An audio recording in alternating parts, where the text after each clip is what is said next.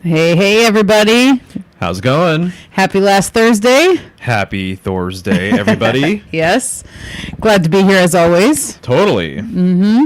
I'm feeling really good today. Yeah, good. I know you are. Me too. We've been getting sun. Mm-hmm. My little respiratory issue is subsiding. Yep. And it's really nice out there. It is. So. Yeah. It was probably one of the warmer days we've had so far this summer. Definitely. Yeah, which is nice. So no complaints. No. I'm happy to be here. Happy we're talking about what we're talking about. I know. And you're in your zone right now with all this stuff. So I'm excited to get into it with you. Yeah, ditto. You're not this isn't totally your zone necessarily, but I can hang. You can hang, and you've been hanging with me throughout the years on this subject, and it's so fun. Totally. So, yeah, I am very pumped that we're talking all this stuff. Absolutely. I know, yeah, Flat Earth Hippie, I just adjusted the volume. I don't know what happens. The volume knob, there must be a little gnome or a fairy or something like that seriously twists the knob, because I never touch it, and there's even a protective bar over it, yet somehow it changes like every single week. Weird. So, anyways. Well, thank you guys for the heads up in the chat. This should be better, right, guys? I hope so. I think it was mostly your mic that was too loud. So let us know how that works out. Okay. Cool. As always, we want to thank our patrons, the Michelle's Healing Home patrons, which includes Chance, Benna, Inland Sea, Liam, Amy, Miri and Hank, Jenny G. Congratulations, Jenny G, by the way. Erica, Moonlander, Mary, Catherine, Logan, Lilyvine, Debbie, Natasha, MB Sanchez, and Nausicaa, who are new to your little tribe over there. Yeah, definitely. And actually, MB Sanchez is Mary Beth Sanchez, who I interviewed on Tuesday. So it was very cool to see that she hopped over to Patreon and is a supporter now. So we had a pretty nice conversation on Tuesday. It was good. Yeah, hell yeah. Yeah, so that's awesome. So thank you guys. Really appreciate it, as always. And as always, if you guys want to support the channel, you can do so at patreon.com/thehealinghome. Yeah. With all of that said, let's go full screen now. Hey, guys. What's up, guys? Nice to see yous.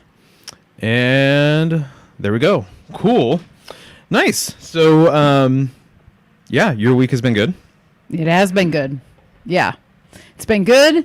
I feel like I had a pretty I feel like I got to a better place with the emotions associated with Carl and all of that stuff. I feel like I kind of got out of the more foggy kind of funk feelings that I was having for a little while there, emotionally and stuff. So that feels really good. Right. So it feels like there's been quite a bit of movement in a good way. Oh, definitely. For sure. Yeah. I feel that too. Yeah, and then now that you're feeling better, that's really nice too. So it's a bonus. It is a bonus. Yeah. Right. Just in time for our next trip next week. Yes, I know. This is the most traveling we've done in summer in a little while. So right. Yeah, we're heading to Fresno. We are. Yeah, exactly. Yeah. So that'll be good. So that means that actually next week, guys, we're not going to be around for last Thursday. Yeah, no last Thursday next week.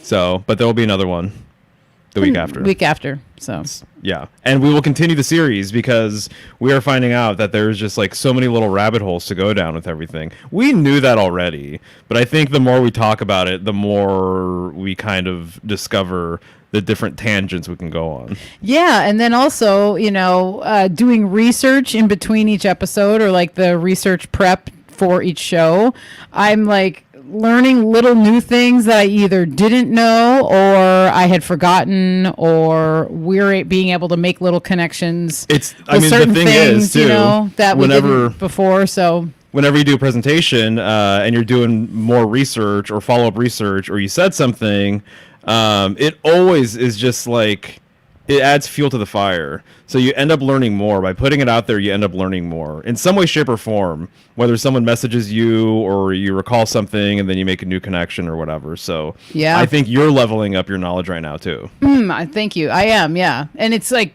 I'm re-diving in. So it's been good. It's been super fun. Totally. Yeah. Awesome. Well, let's see what's going on with these drinks here. Oh, yeah, and then we totally. can say hi to the people. Nice. All right. So this was like a last minute one that I kind of made up. Well, not totally last minute, but it. Anyway, I remembered it. This is coconut lemonade. Oh, so that explains that. Yeah. Yeah. So there's a little separation that happens, but it's all good. It's delicious. Yeah, I'm sure it will be. So cheers. Awesome. Cheers, baby. Thank you so much. You're welcome.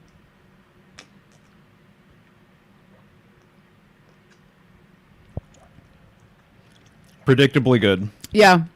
The coconut milk kind of solidifies a little bit. I used coconut cream.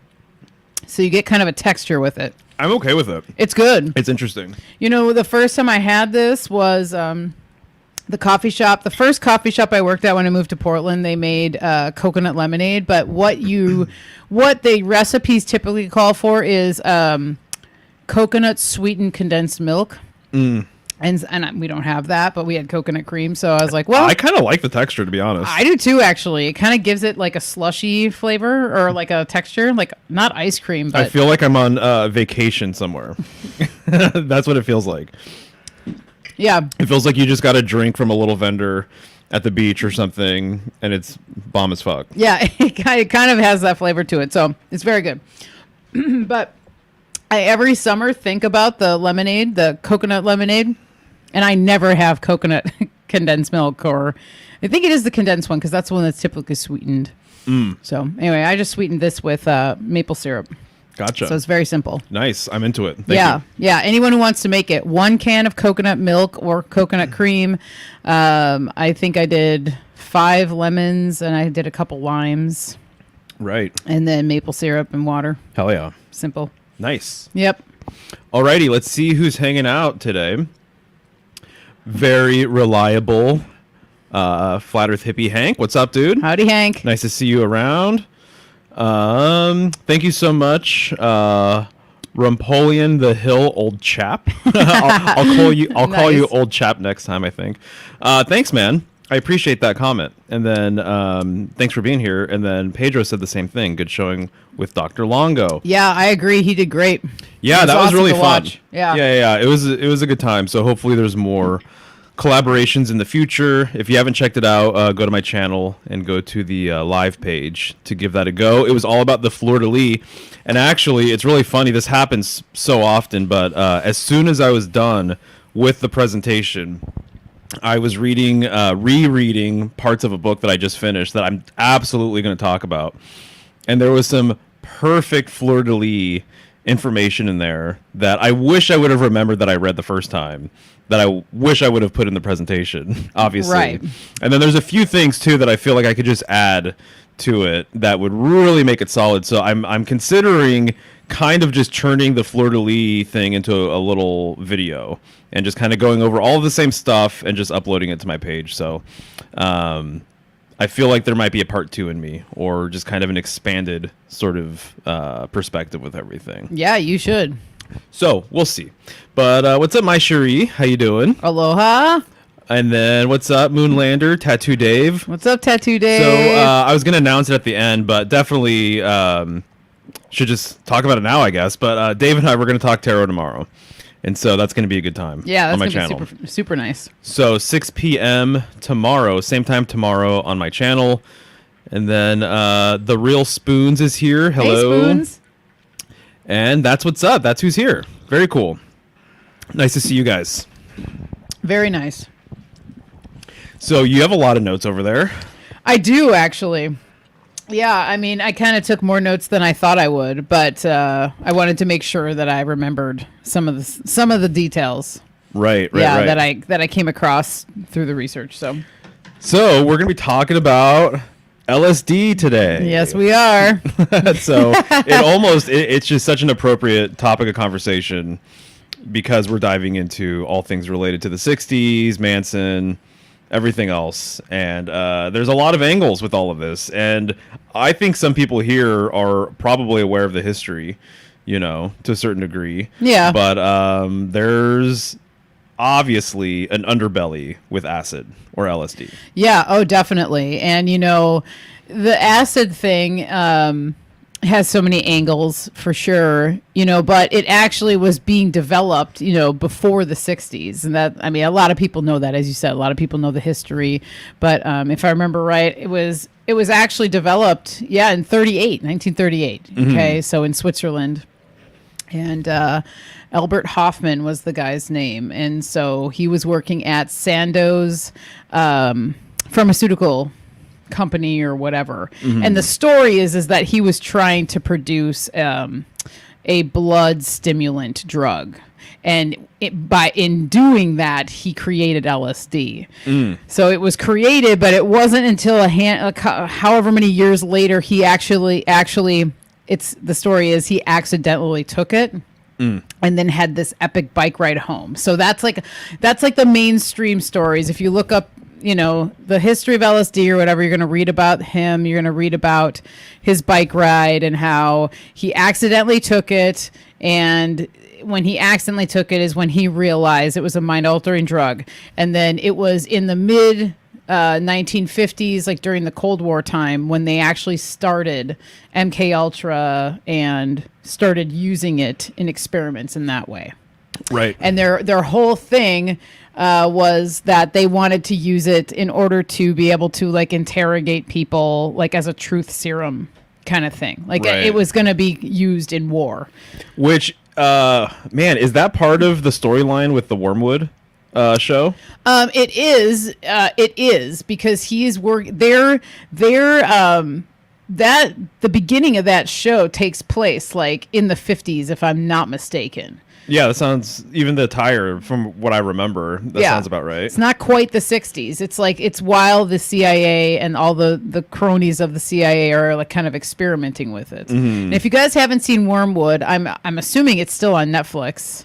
Yeah, I have no idea. But it's a great series. I don't remember how many episodes it was. It's like a mini series. Yeah. And actually I'm pretty sure the guy who directed it is like a really well-known, famous, seasoned, solid director as well. I feel like I know who it is, but I don't want to say just in case I'm wrong. Okay. Yeah. Yeah. But it's a high quality little miniseries. Yeah, it was good. I mean, it basically kind of goes through the story of a CIA agent who was invited to one of these outings in the woods with all the boys, and they spike the drinks with LSD, and he ends up having, a huge existential experience with the moon. And he then starts to get curious in ways that the CIA doesn't want him to. He's skeptical of things. Of their projects and stuff, right? Yes, and he starts doing research and all that, blah, blah, blah, blah. And ultimately, I'm not going to give all of it away, but it's just the story of that and what happens to him and everything else. And it's based on a true story. This gets into the whole thing about spiking the punch bowl. Yes. And that's something that's associated with acid, obviously. Big time. In case people aren't aware, I mean, I don't know the various ways in which people take it or whatever. I've always just heard that it's like a liquid thing. And so that's why you put it on these little paper tabs or you put it on a sugar cube. And so if you had it, obviously you can just spike, the drinks. And I brought up earlier today, someone interviewed someone from the Beatles, and I think it was John Lennon, if I'm not mistaken. I could be totally wrong. But what I remember seeing this interview with one of the Beatles, they asked them about acid. And they said, do you recall the first time you took it or you guys took it? And he said that the first time they ever took it, they were at a party that their dentist, which is hilarious because, British dentistry is like a joke. Oh, yeah, that they have bad teeth and stuff. So that's kind of funny just like in and of itself, right? Yeah. But the story apparently is that they were at a party at their dentist's house and their dentist spiked the drinks, spiked the punch bowl. And then that's when they had their first trip.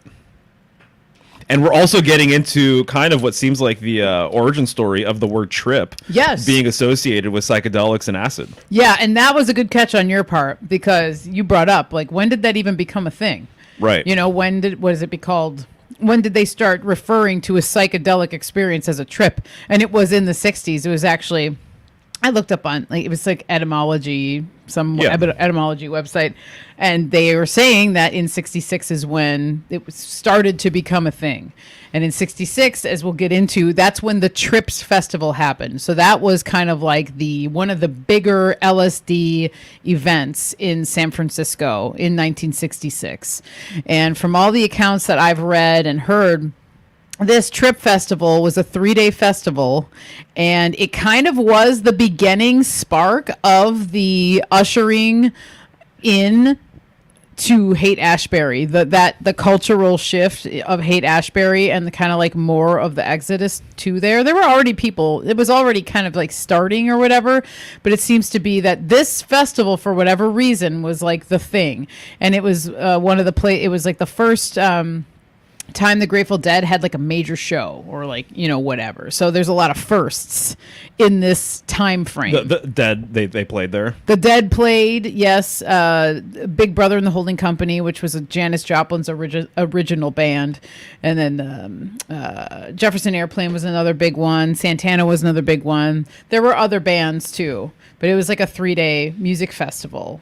So just to recap, the word trip was kind of brought into, I guess, like the lexicon, if you will, in '66 apparently, and this is when the Trips Festival was the thing that basically kicked off in the Bay Area. In the Bay Area, with all these bands, yes, including the Grateful Dead, who has a very strong association with seeding out a lot of acid. Yes. Right. Yeah. Yeah, that's not that has to be connected, obviously. Yeah, and there's other connections that I've made from this too, you know. But you know, one of the heavy hitters, and you know who I'm gonna say probably, Ken Kesey, was actually basically kind of one of the. I really think he obviously was seeded into this situation for whatever reason. But he was one of the first test, what am I looking for? When they do a test, they're doing tests. So, like, they were doing these CIA-guided acid tests in 1959 in San Francisco, and they were doing it at the Veterans Hospital. It's called, like, the good place to do it. I know, right? It's called, like, the Menlo... let's see, I have it written down here because I wanted to remember. Menlo Park. Okay. So, so in 1959, the CIA, they started the kind of like more university-based experiments. And so they would pay people $100 to come and get dosed with LSD, knowing that you would be dosed, but you would be in a clinical setting. And then they were observing people. Ken Kesey was one of the first people that was in these experiments. As a student? I don't think he was a student. I think he just kind of was there, which Okay. is always mysterious about these people. They end up just like popping up. But he was talking about how they then... He was helping run it or something. He was helping it go, but he wasn't running it. He was actually being... He was just at the head of it, I think. Like, kind of one of the first people that was really into it and kind of like recruiting people. Because he talks about how they recruited college students because, you know, college students, they need money and they could get paid $100 to go do this experiment, which at the time, $100 was a pretty good money, you know? Right. And so they were starting to do that in San Francisco, and he was just one of the key subjects in this. But then he is the one that kind of like brought LSD out into the public through the Merry Pranksters and his, you know, their cross-country trip and all that stuff. He was, so he was an advocate because he was using as well. Yes, definitely. Yeah, definitely. Right. And I think he also probably was somehow recruited to be a person to, you know, Be that guy. Be this guy and whatever. And so, yeah, that's one of the bigger things. And so in 64 is when he formed the Merry Pranksters, which is like his group. If anyone saw the thumbnail for today on that bus, the bus's name is Further, and the people around the bus are probably most likely members of the Merry Pranksters. Neil Cassidy was one of the main ones, who was kind of like a poet, guy. I know he's a writer, and so he was like driving the bus, and they were going across country to New York, from San Francisco to New York, because Ken Kesey had released One Flew Over the Cuckoo's Nest, and it was like a book tour. That's what they were kind of putting it out as, but they ended up doing this and spreading LSD throughout the time they were going. And we watched a documentary about the Merry Pranksters. Yes. And Ken Kesey. Yeah. And so he got this bus, the school bus. Mm-hmm. He painted it. It's all psychedelic and stuff. Yep. And then he had all these people join him on this tour. And collectively, they were known as the Merry Pranksters. Yep. And they were really like, I don't know if avant-garde would be the right word, but they were kind of like just like these like... kind of like hippie-ish, beatniky, fringe, alternative Goofballs. Artist people. Pranksters. But like also like there was like a thespian thing with them too. Yes, there was a thespian poet thing. Right. And so that was their thing. They were all really obsessed with Jack Kerouac. And the book totally. book they were really obsessed with was On the Road. Yeah. And so the story is too that they were kind of like mimicking the sentiments of On the Road, you know, while they were doing all this stuff. Right. It was like this romanticism sort of thing. Yes. Well, one of the things though, so when we watched the documentary, so what people have said about them was that they would kind of tour the country and then they would show up and then they would be wacky. Yeah. Like they would start like doing all Some of this. might say annoying. Yeah, exactly. They would be doing all of this like goofball. It's like kind of like acting, like they're doing bits. Yeah. They're doing bits to try and get, I don't even know, just to get eyeballs, I guess. Or for people to think that they were so weird and strange or something like that. And I just remember when we were watching it, the exact same, I had the same sentiments where I'm like, dude, these guys are annoying actually. I wasn't very impressed with what they were doing. And so it just seems to me, it's just kind of an interesting sort of thing where looking at the photography of this thing and just kind of like thinking about the era and what they were up to, I would have assumed that maybe what they were putting out there was a little more, I don't even know what, refined or something. And it really wasn't. No. From what I gather. Yeah. And so it was very, I feel like there's like an agenda with how they acted or something like that. It felt, and like what they were doing. So it's almost just like, I don't even know what it would be, but it did not seem like it was very, it wasn't high, nothing was high quality about, I think, what they were putting out there in terms of some of their pranks or some of their bits or plays or whatever. Unless I'm mistaken, I could be totally wrong. But. No, I remember that. And I remember us talking about that even when we watched that too. And I think more of it is about being obnoxious, drawing attention. That's kind of what I get from it, the gist of what they were trying to do. Right. You know, and they're trying to paint a picture for people of what LSD might be like too, because he was one of the people that was at the forefront of this movement with LSD and introducing it to the public. And so, you know, it was either before or after they went on the bus tour. So we're still talking like 1964. So this is still fairly early. They started hosting these acid parties, the acid Kool-Aid tests, the electric Kool-Aid parties were basically started with the Merry Pranksters. And that's when Kesey kind of started to recruit the Grateful Dead to be the house band for these parties. And so they were the ones that were kind of, they said that, you know, it's sometimes stories are said, and Lord, I wish I knew someone that was like at one of these things. It'd be really cool to talk to someone that actually was maybe there or something. Yeah. But the stories all go that there were like usually two punch bowls, and it was said that one didn't have LSD in it and one did. And all the research I've done on this is like the LSD in the punch, it was like really strong, like really, really strong, very just huge doses of LSD. So people would just be going nuts, you know, kind of thing. And he hosted these through like up through 1966. And that's when it just kind of like increasingly got more popular. So there was that time frame, and there were a couple years where it was still like not so much underground, but it wasn't as big as what it was when it became the Trips Festival. The Trips Festival kind of like was the next level, because before the Trips Festival, they Ken Kesey and the Pranksters, all of these acid tests that they were hosting, they did a final event, which was like their graduation, they called it. So you would get like a certificate that you made it through the test, or whatever the details or whatever the prerequisites for getting a certificate were. I'm not 100% sure, but they would just have tons and tons of people in these rooms, and they would all just do acid and dance to the Grateful Dead for hours and hours, and have these light shows and all the things that stereotypically come along with this movement. Exactly. Right. Totally. And if I'm not mistaken, at this time, I don't know exactly what year they switched or whatever, but the Grateful Dead, they weren't called the Grateful Dead yet. No, they were the Warlocks. The Warlocks. Yeah. This is all war. This is all started with the Cold War.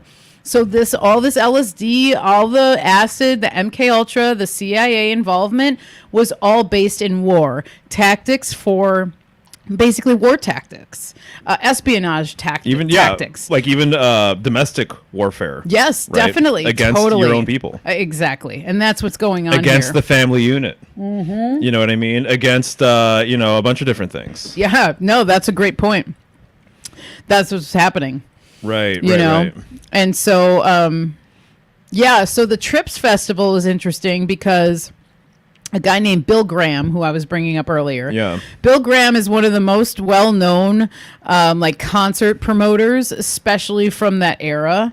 I think he was like a thing through the 90s, but, he was definitely working very closely with the Grateful Dead and Jefferson Airplane and Janis Joplin specifically, but he was the one that kind of was a major organizer, probably a major funder as well, for the Trips Festival, which took place at Longman's Shore.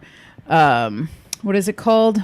Longman's Shore Hall, which was in San Francisco, and it happened on the winter solstice, which I'm always very interested to find out when a lot of these kind of more experimental test sort of things happen. And the fact that it's on the winter solstice, I think, is quite significant.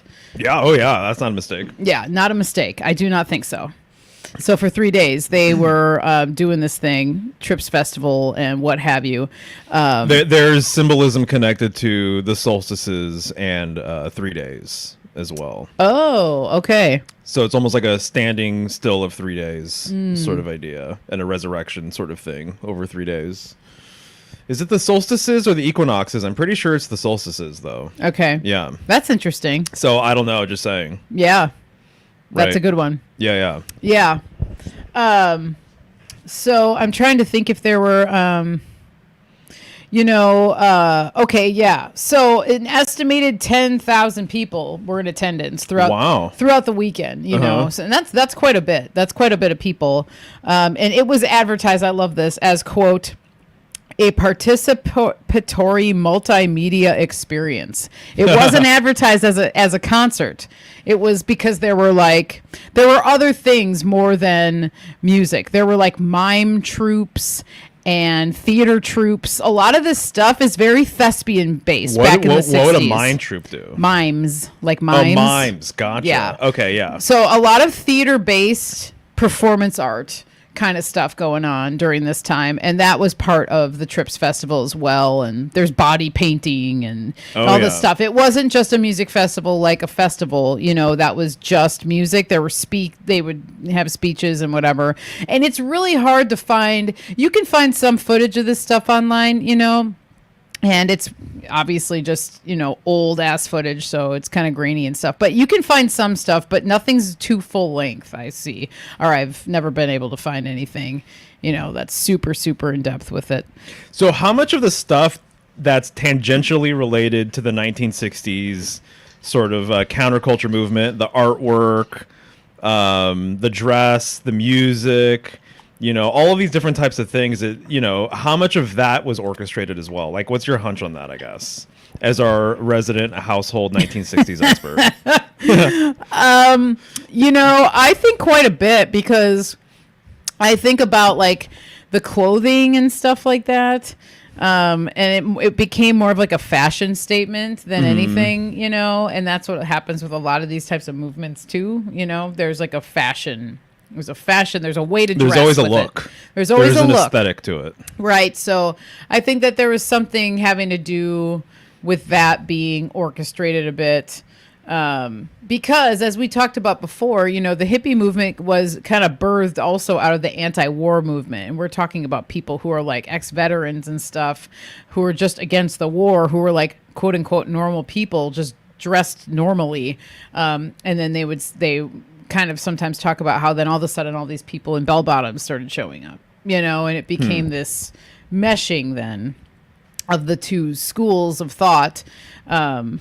Have you ever thought that bell bottoms, in a way, are the precursor to your beloved Jenkos? I have thought about that because I've owned a many pair of bell bottoms in my day, and yeah, I always get the same sensation wearing those sometimes as I do when I'm wearing bigger legged pants. Right. Yeah, I do have a love for Jenkos. If anyone who doesn't know that. That's right, she does. You own how many pair? And wide-legged pants. I don't own any Jenkos, I know. but anymore. I'm teasing. I did. That's right. But anyway. Yeah. Yeah. So I think the mind control MK Ultra thing with acid is very, very interesting for a lot of different reasons. So you already mentioned the fact that it loosens people up to such a degree that it kind of can become like a, what's the word? It's not a truth serum, but almost you can kind of people's guard is down. They're down. You know, their guards are down. And so I think that there's a way to kind of pull information out of people that they otherwise normally would not share, or even like subconscious information or something like that. And so I think that that's definitely something that's been used or whatever. But as you were talking today and doing all this research, and you're just mentioning some of the stuff that you were coming across and things you were remembering and everything else, it just kind of reminded me a little bit of some of the stuff I've read about different cultures and how they would influence like the next generation of like warriors to be completely loyal to like the tribe or to the empire or whatever. And I read a couple of different accounts in one of my symbolism books, and it was talking about how this was, I think one of them was in South America, and then I think another one was somewhere else in the world. But you get the idea. And the general idea is that if you have an empire, if you own or whatever, your family owns like some region, and you're trying to put together the next army, or you're trying to put together your next level of recruits, that there was a ritual festival thing that they would do to ensure that these young men would be completely loyal to you. And what they would do is they would get these guys stoned, essentially, hashish or some psychedelic or whatever, or some sort of drink or whatever. They would get these guys loaded, and then they would take them to like a remote part of the land, or like a mountaintop sort of thing. What I remember was a mountaintop, and that when these guys would get there, there was all of the food they could possibly eat. There was all of the drink they could possibly drink. And then there were women there who they could have their way with. Right. And so these guys from like smaller villages or from the fringes of the empire or whatever, this was the first time they had ever done drugs, a lot of them. So it was the first time they had ever done drugs, and this is the first time they've ever been to any kind of event like this, you know? And so when you can indulge in all of those things, food and drugs and women, it was like paradise. And so what they basically told these guys was that if you're loyal to the empire, this is what your afterlife will be like. Whoa! Like this is what we're promising you in the afterlife. And they were so, you know, they were inebriated. So they believed it. They're like, holy shit. Okay, I'm in. This sounds awesome. Whoa. You know, sort of thing. So for me, a lot of this stuff kind of reminds me of that in a little sort of way of like, it's like San Francisco was like the promised land. Yeah. You know, it's just like, oh yeah, dude, there's hippie chicks there, free love, the music scene is crazy, there's all these drugs and whatever. You know, it's incredible sort of thing. It's the West Coast, so it's, you know, it's a coastal place and whatever. And so I think that has always been very alluring to people, and it kind of just reminds me of some of these old sort of rituals like that. Yeah, that's a good point. It's very much the same thing going on. Don't you think that's kind of like a similar metaphor? Yeah, and I mean, and it's also used as a way to program people, you know, and that's another thing going on with all this stuff, is that I just think that it's really funny. One of the thoughts I had is that this was, and I'm sure people would argue this with me, that the hippie movement was organic and this and that and the other thing. And I don't doubt that there were parts of it that were, or whatever, but like in the grand scheme, or like in hindsight, this was something that was developed by the government and funded by the government and fueled by the CIA, because they had the drugs and they also had money and they could infiltrate these movements and stuff like that. And so what I think is funny is that a lot of times what you hear is that the hippies were going against the government and they were anti-government, whatever. And it's like, dudes, the movement that you were, you know, benefiting from and being a part of and loving at that moment was created by the thing you're trying to fight. Well, that's the thing is also too, and I know you'll agree with this, but they really weren't benefiting. No, they weren't. It was a detriment, actually. Right. It was a program. It was a way to fry people. It was a way to get people off the path of like inner knowing and inner responsibility and all these things. And yes, psychedelics can show you stuff like that it can be a pathway to understanding that it's singular. It's you know, yeah, we're connected, but if you're not connected and you don't have roots, then like you're not really helping the whole network, in my opinion. And I think if you're not doing the work, yeah, exactly. You can wear the t-shirt and you can dance the dance and take the drug, but if you're actually not like really applying it, or you're not integrating it and changing your life, you're just doing it to do it because that's what you do, and it's you know, trip or whatever. It's just like, well, you know, whatever, to each their own. But I think it was a big distraction, is like one of the main things that I see with it now, as opposed to it being some sort of very unique, like you know, I don't know. It's all of these things. I mean, it's no different than all of the other movements that promise a utopia, right, that never comes. Exactly. And that people think that it's you know, it just reminds me of the road to hell is paved with good intentions. Mm-hmm. And so it's like a lot of these people, they had the best of intentions: anti-war, free love, feminism. Yeah, but that wasn't a good... I know, that's what I'm saying. Yeah. But some of these people, they think they have the best intentions. Right. They think they have the best intentions of... They think they're fighting the good fight. Exactly. Yeah. They think they're fighting the good fight. They think, well, no, women should get paid as much as men. Well, no, you shouldn't tell me if I can have a baby or not. Well, no, you should this, that, and the other thing. Right. You know, so it's the same veneer over and over and over and over, you know, in just different ways. And so you're coming out of a more conservative sort of situation, I would say. I know those terms even get flip-flopped over long enough periods of time, what liberal means and all of that, or like what a Republican is and what a Democrat is. They kind of get inverted over time, I think. And so you have a lot of people, though, wanting a new experience, wanting to probably, you know, connect with self, and maybe they are yearning for some sort of transcendental sort of thing, and you know, they don't want the war to go on and all of that. So they were given all of these sort of solutions, quote unquote. Right. You know, they were given an outlet. Right. You know, one of our friends, she always likes to say that what's given to humanity and what's given to society are pressure release valves. You know, so this was like a pressure release valve. The hippie movement, the 60s, the music, the drugs, free love, all this kind of stuff, I think. Right. And it was appealing.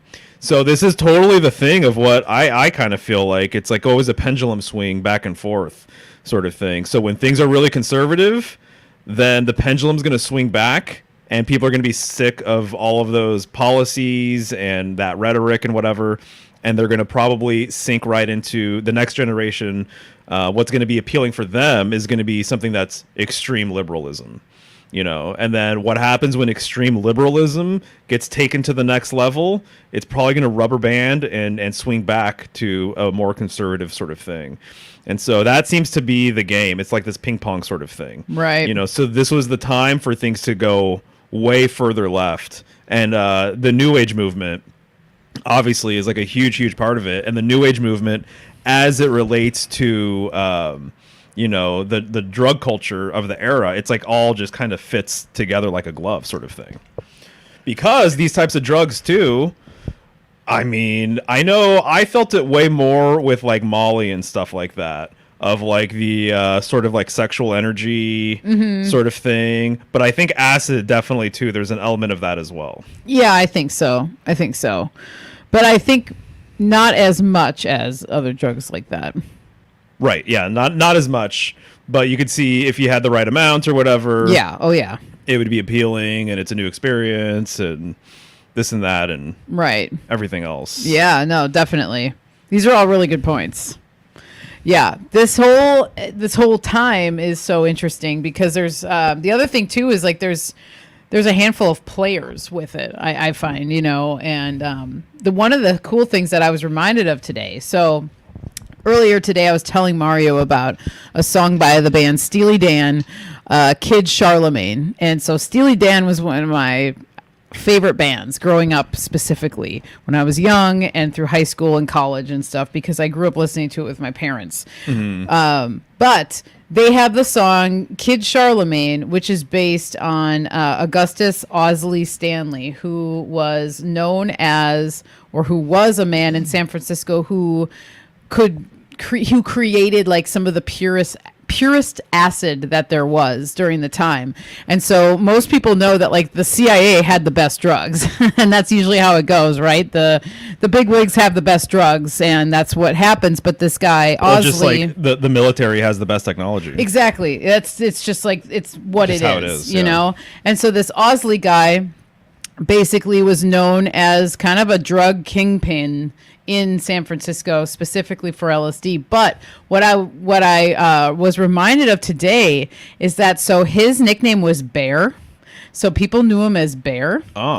Okay. And also he became a sound guy for the Grateful Dead. Dude, I was just going to bring up the Dancing Bear. Well, he created that. Oh, really? He created the Dancing Bear logo, and he also created the it's called the logo is called Steal Your Face, but it's the skull with the red, white, and blue, the lightning strike, the dead head. He created that. Whoa! So that put a whole new twist on this guy. He was a big deal he was an integral part of all this stuff.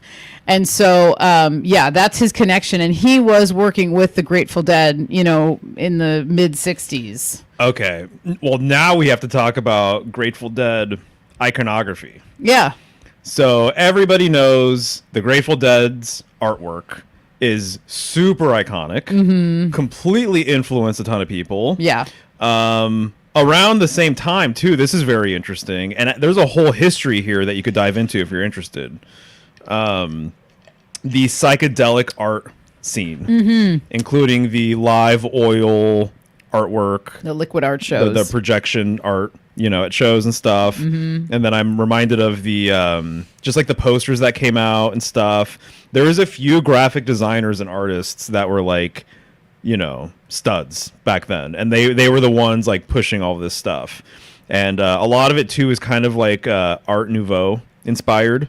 But it fits so perfectly with the culture, and it fits so perfectly with the music and everything else, And so anyway, the Grateful Dead, I mean, their artwork some of it's incredible, and it's really amazing. But there's a lot of they have a few really iconic things. The dancing bears, the skull, the turtle. Yeah, there's a turtle. There's skeletons. Yep. Flowers, roses. The typography was really interesting and stuff like that too. The sperm Yes, sperm little- is a big thing for them. right. But it's interesting. So just to riff off of the bear thing real quick. Yeah. So it's dancing bears, right? Mm-hmm. And so when you're talking about dancing bears, I've seen it where they're literally in a circle. Yes. That's a kind of a common thing, maybe, or I don't know if they've put that on the records or whatever. Yeah, it's on some of the record covers and even the back covers of some of the albums and stuff. Right. Okay. Dancing bears in a circle. Ursa Major and Ursa Minor, the Great Bear, the Little Bear, Yep. dancing in a circle, going around the pole star in the Yep. northern sky, right? So I don't know if they had any awareness of this. Maybe they did. Maybe they didn't. I don't know. They are called the Warlocks after all. Right. And wasn't Jerry Garcia like was he known for his intelligence by chance? I don't remember. Yeah, I don't. For some reason, That wouldn't surprise me though. He was kind of like the quiet poet sort of type. Okay. You know, Yeah. even in interviews and stuff, he wasn't like a wacky, very like loud or boisterous person. Right. Or personality, I would say. Right. So that definitely could be the case. So that's what the dancing bears remind me of course. Yeah. You know, and so I'm like, okay, that's kind of interesting. Maybe there's something going on there. I don't know. But there's that. And then also the skull lightning bolt icon, you know, or the little, just the artwork that they have everywhere with that. Mm-hmm. And then the fact that their fans are called deadheads. Right. And the fact that someone who has taken too many drugs, including acid, they get fried, you know. And so to me, I'm just like, holy shit, is the icon of the skull with the lightning bolts, is that kind of almost showing you who they're creating? They're creating people who are going to fry their brains, right? You know, and whatever. And so, and their movement promotes it. And even in the Dead shows and the Dead, like, because the Dead have been a thing. You've sent me videos. You know, they're still touring as like not the original band. Some of them are there, or there'll be features of original people or whatever. But like, even through the '80s when they were doing the Dead shows, and that it was all based in drugs. And I've watched multiple interviews of people who were like there and who were drug dealers, and the amount of people that have gone to prison and were arrested at Dead shows, and kind of like the drug culture, their seed was LSD, right? And they were kind of known as like an LSD band, and that just like carried through up until now. And so it's just really interesting that drugs and infiltration and secret agents and what have you have been a part of this band's history, and to this day still is. And there is a documentary, and if I'm not mistaken, it's like called like the Grateful Dead parking lot something. Maybe I'll find it and put it in the Telegram. I just watched it like a month ago. Yeah. Yeah, their whole parking lot scene. The whole parking lot scene. And actually, our one of our really good friends, too, she even brought it up from a perspective of a person that would just go there to hang out in the parking lots. She said it was very awesome. She said it was awesome. And that's the thing about this. That's why I try and remember that there are real people that were doing real things, that were making real livings, that were having a great time, that maybe didn't fry themselves, but were participating in this as a spectacle of art and originality and freedom and all these things. And so she said that these parking lot things would be epic, and that she didn't even care about seeing the Grateful Dead, but she would go to the parking lots because people were they had vendors. There was, I mean, you like name people it. like little communes selling like vegetables and produce and Oh, stuff yeah. like that. And like actual real like stuff. She said it was almost like farmers market, Like a street festival. Yeah, street festival meets like swap meet kind of thing or whatever. Yeah, totally. And so she said it was like its own little economy. Right, exactly. Which is kind of how, like, now I'm blanking on it. Other festivals like Burning Man, people say that's, you know, kind of the same thing. And Oregon Country Fair, I know, is kind of like that too, even though I've never even been, but just hearing stories from people who... I think less so selling. Well, selling stuff is actually not the focus, though. It's not the focus, but you can sell. Right. stuff, and there's vendors and what have you. Yeah. But anyway, yeah, it's really interesting. So basically, it's a hub. So people are going to trade things, give things to people, buy things, sell things, meet people, whatever.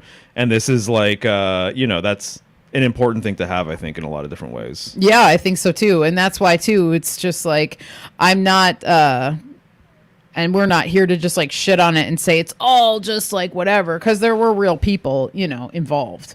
But the roots of it are questionable. Well, of course. and all of this stuff and just how it all works. And so, one of the other things too with LSD, it's like we have Timothy Leary. Most everybody's heard the name of Timothy Leary. He's very, very famous for being one of the guys that was kind of known as like an LSD guru of sorts, for the time. Yeah, and I've heard his name so many times over the years, and I've heard people talk about him and whatever, but for whatever reason, I've never actually decided to make him a person of interest or whatever. Okay, yeah. So even just saying, for me, myself, I definitely know the name. I even know what he looks like and all that kind of stuff. Right. And I know his general sort of shtick, but I've never done a deep dive on anything related to him. Well, I mean, he was a psychologist originally. Okay. He's a doctor. So he had a PhD, everything. He was working at Harvard. And he was basically starting to bring LSD into his psychiatric practice and applying it with patients. And he also did the same thing with psilocybin. So he was working on that. He ended up getting fired from Harvard, and then he kind of branched off doing his own thing. And then that's when he kind of more became known as like a kind of like a guru guy with the turn on, tune in, drop out thing. That was post his work with Harvard. And then he definitely kind of became a target. Like he was arrested, and which usually happens to a lot of these people who were either recruited by the system, they're used and abused, and they're spit out. Charles Manson. Okay. He was the patsy. He did all this stuff for years, and then they just threw him in prison, whatever. And so the same kind of thing going on with Timothy Leary. And so I think that he was kind of just another person that was used and was very intelligent and had ties to universities. And, as a lot of the stuff, a lot of it is tied to the university systems. A lot of it. Right. Well, I mean, dude, I was going to say this earlier, but how notorious is something like UC Berkeley? Oh, God. With all this stuff. Oh, yeah. How infiltrated and integrated are these liberal universities? Dude, they're the ones who are pushing out the most extreme shit. They've always been like that. And they're always at the cutting edge of the liberalism. So it's like it would make sense that during the 60s, this was their thing. 100%. One of their main focuses was LSD and how we can get it to the public. And the anti-war stuff and all of these protests and protests and everything else. And then the professors are all about it too, and they think they're being super progressive and whatever. And so definitely we have a lot to the current state of things culturally. We have a lot of these universities to thank for all of that stuff. Yeah, it's Seriously, true. No, totally. Culture creation. Up and down the line with everything we're talking about with the 60s, you could probably do a whole entire book or something, or documentary just on the university, UCLA, all of these different groups, all these different organizations or whatever. You could do a whole entire deep dive just on their role with all this stuff. Yeah, you could. And the professors and all that kind of stuff. Yeah. So anyway, definitely. Absolutely. No, for sure. And, one of the things, we could kind of stay on the university thing because we could talk about my art project. Oh, yeah. That I did.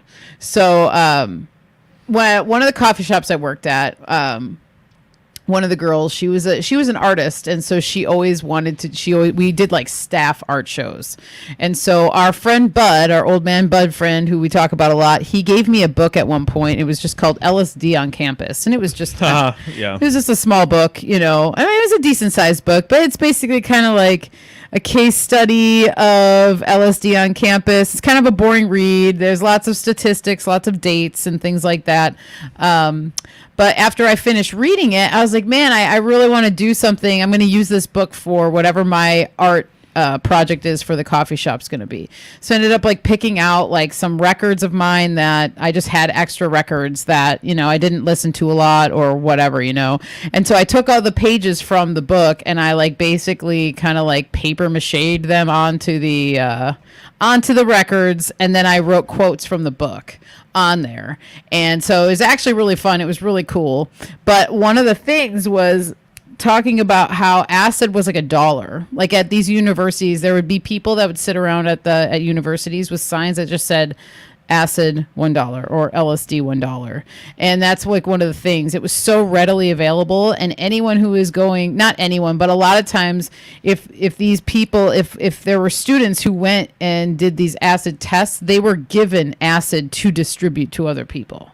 So it was like that. There were things, and I've read that throughout my research over the years of how it was just freely given, and it was actually legal for up until 1966, and it was in 66 when they made it illegal. And I'm pretty sure, really, yeah, I'm pretty sure it's after. It must be after the Trips Festival. But that's when it was made illegal. Huh. So, I don't know. And most of the mainstream accounts will say, oh, they figured out that LSD actually has no medical benefits or whatever. So then they make it illegal or some shit. They do. That's how they do it with everything. They do cannabis the same thing. This is classic, yeah. It's classic. Oh, no, there's no medical benefits. So now it's just illegal. Now, whatever. But they were experimenting with it for, almost a decade at that point. So that happened in 66. So 66 is a pivotal year, basically, when it comes to the LSD, the hippies, what happened, what direction it went. Right. And all that stuff. And then one of the things I came across, which I don't think I've ever heard of this before, but I may have in a book, and I maybe space it, but it's called Project Midnight Climax. Okay, and this is kind of more of like the darker side of, I mean, it's all pretty dark with MK Ultra. Lord, who knows what all the experiments that they were doing. I'm sure there were very simple things that happen where they're just observing people and taking notes, where there's deprivation things and sleep deprivation, and there was all sorts of experiments happening. But this Project Midnight Climax was fronted by George Hunter White, and he was basically a Federal Bureau of Narcotics officer. And so the story is that this guy rented apartments in San Francisco and New York, and his whole thing was he would go to bars and he would pick up sex workers or other people that were just down, and they would go back to his apartment, and then he would unsuspectedly dose them with LSD. Mm-hmm. And then he would try and put them into some sort of like sexually compromising position. And the accounts say that what ended up happening a lot of times is these people would freak out and they would end up just like curled in a corner or whatever. And who knows what he was all doing.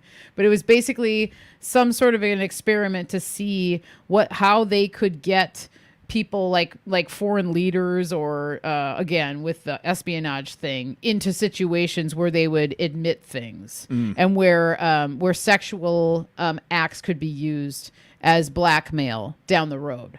And so this project, this Midnight Climax, what a name, it was tapping into the sexual nature of all of this stuff. Totally. I mean, it sounds like a porno. Yeah, as well as it does, Midnight Climax. Yeah. It probably was at the time or something, or maybe it became one. Maybe, yeah. And so this project was also linked with experiments done on children, where children were made to be embarrassed sexually. Oh, shit. And to see what would happen then. Yeah. And then, so I also then, as I was reading that, I can't help but think that Manson stuff was tied to something more like this Midnight Climax project, because they were doing everything was based in sex, Right. and LSD, Right. and drugs, Right. and prostitution, and trafficking, right. and stealing cars, and you name it. All that kind of stuff was heavily linked to Manson. And so I bet that the Midnight Climax project had offshoots, and that Manson stuff was basically, as I've kind of talked about before, like a huge experiment, just like all this stuff was. And that there were literally people within the group or people that hung out with them or whatever that were agents who were literally like taking notes on these people and observing and seeing what happens and introducing a new drug or introducing a new batch of something and then seeing what happens with these people and how they react and whatever. And I really do believe that we're living in some sort of grand experiment. Like, and even you could look at it and take it as far as to say is like our lives are like a grand experiment, because like you're trying things out as you go. Like you take risks, you have to try, you have to do something that you didn't think you were going to do sometimes, or you don't know exactly how something's going to go. There's like this element of experimentation. Which reminds me of alchemy. Yeah, definitely. And magic and stuff like that. Totally. Yeah. So I think there's just something going on with that, which I think that there's experiments happening all day, every day in so many ways. But like when I see mainstream stuff happen, like, like 2020 or whatever, huge experiment, this submarine thing, that whatever, huge experiment. Psychological experiment on the people who are perhaps consuming all the content related to the story. Right. Because is what you're saying, right? Exactly. Yeah. Yeah. So anyway, I find it really interesting, and I found it creepy. This Project Midnight Climax thing is creepy to think about. And there were a few disturbing quotes that I got from this guy where he went into detail about like things that they would do to people in order to get them to like talk or be responsive or whatever. But then he was saying that once LSD came on the scene, you didn't have to abuse people as much to get them to talk, because the LSD, you would put them into a compromising situation where, hey, if you don't tell me, I'm going to do this to you, they would just tell you instead of bashing their whatever, So instead of being physical, they now had the new drug. tool. Yes. Right. And I think that was a flipping point for them. And I think that's why they also wanted to experiment to find out how they can use it to interrogate people. I had another thought and it just flew away, but had something to do with this. It's all kind of well, then interesting, obviously, creepy. If you're part of some sort of mafia, that's mafia. It's right? mafia shit. If you were some part of some mafia or gang or whatever, and you were used to doing, street shit, having something like LSD or, like scopolamine, which we've talked about before, devil's breath, which that really is.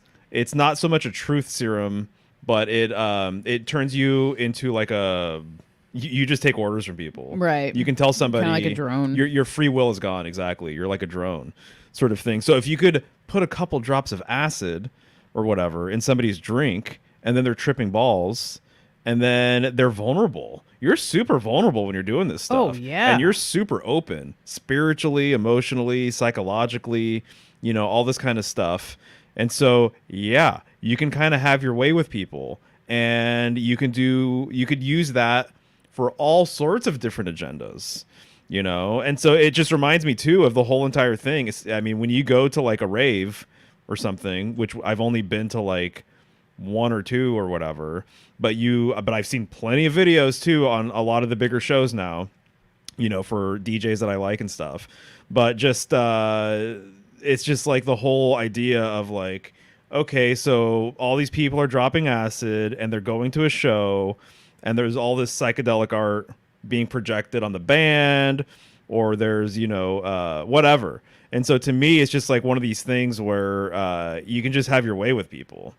People are super influential, which, by the way, and open, it reminds me of the whole entire, which we'll talk about at some point, but the whole thing at Woodstock, where when we saw the Woodstock documentary, it was kind of obvious to me and to you that at least some of the shots that they were showing, that these singers would get up on stage and they would start commanding the audience to do things. Clap your hands, say this, say that, blah blah blah. But it was like too many directions. Yeah. Most shows, if the singer is interactive or whatever, they'll ask the audience to do this or that, or put your hands in the air or whatever. You know, that's what I would do at least, right? That's how you really get the party started. Put your hands up in the air. Exactly. Put your hands up. But these guys were like asking them to do like multiple things, like almost like they had a checklist. Yes. It seemed like they had a checklist that the promoters or the people who put on Woodstock asked them, make sure they do this. And these singers were getting upset that the audience wasn't doing it. Exactly. And so it just was like, okay, so how many of these people are on acid? A lot of these people, like the whole situation was kind of like a logistical debacle in a lot of ways. Probably, perhaps by design, I don't know, but there's a lot of people there. And so there's people who were like hungry and like had lost their shirts and like muddy. Yeah, all of this kind of stuff. And then you have this guy on stage barking orders at all these people like he's some fucking like general or something like that. Right. You know, to me, that was very, very fishy, where I'm like, these guys are being put up to ask this because it's not even good entertainment. No. And no one's like paying attention. Right. You know, they're there for music. They're not there to be told to yell something back or, you know, whatever it was. Right.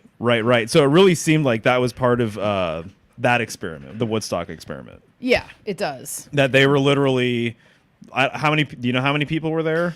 I don't know. Yeah, but like obviously thousands and thousands. And I think there's a lot of people that tried to go and never got to make it there because of how the traffic happened and, you know, farm roads being closed. But in so many ways, and we'll unpack it during an episode, but in so many ways, it really feels like it was kind of something of an open air experiment. Oh, it did. And I mean, when we first watched it, that was a couple years ago, you know, so we're planning a rewatch because I know that with a rewatch, we'll be able to, right, you know, confirm some of the stuff and then even see more things that we didn't see the first time, I'm sure. Totally. So, yeah, gosh.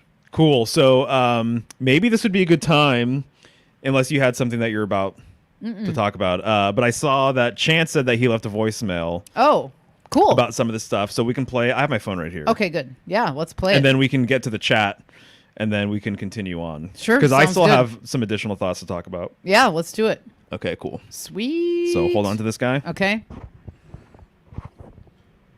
Awesome, guys. This is so fun. I love talking about this stuff. Light's looking a little... All right, so bright. I'm looking for the voicemail. Thank you for leaving a voicemail, first off. And let's see. So he said he left it in the Telegram. I don't know if did you leave it in the last Thursday Telegram? It could be Healing Home too. So let me see real quick. Okay. Yep, Healing Home. Okay, we found it. We did. We located it. Okay, cool. So he left 2 voicemails.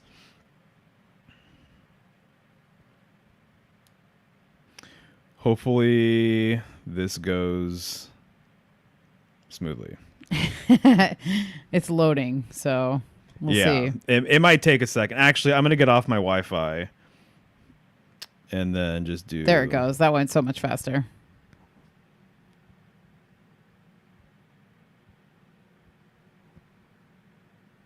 Hey guys, you're talking about Grateful Dead stuff, and I wanted to drop you a 1 second. so you can play it. So I'm somebody very... Starting over. Hey guys, you're talking about Grateful Dead stuff, and I wanted to drop you a voice message. Hopefully you can play it. So I'm somebody very experienced in the music festival scene, was never a Deadhead. But something I learned about yesterday or a couple days ago really fits into this conversation about the Grateful Dead. So starting with the skull logo with the lightning bolt through it, it occurred to me how similar that is to the letter theta, the circle with the line through it. And the Phoenician theta is called teth, and to them it also means wheel. It is symbolized with the circumpunct, circle with a line through it, or a circle with an X. So again, back to the kind of pole star symbolism. Well, X marks the spot, or the dot that the circle goes around. You get it. Now, according to Porphyry, the Egyptian symbol for the soul was this theta with the X. The theta brainwave state is where you potentially access the soul, and also you activate potentially the theta brainwave state when you're on LSD. So there's that. It's a symbol of the Ennead as well, because the theta is 9 in the Greek powers of notation. So there's that as well. It represents the cosmos, potentially with the Agatha daimon, or the serpent that is wrapping around the world. And finally, this is where it gets good. The ancient Greeks used the theta as a symbol for death because it resembled a skull.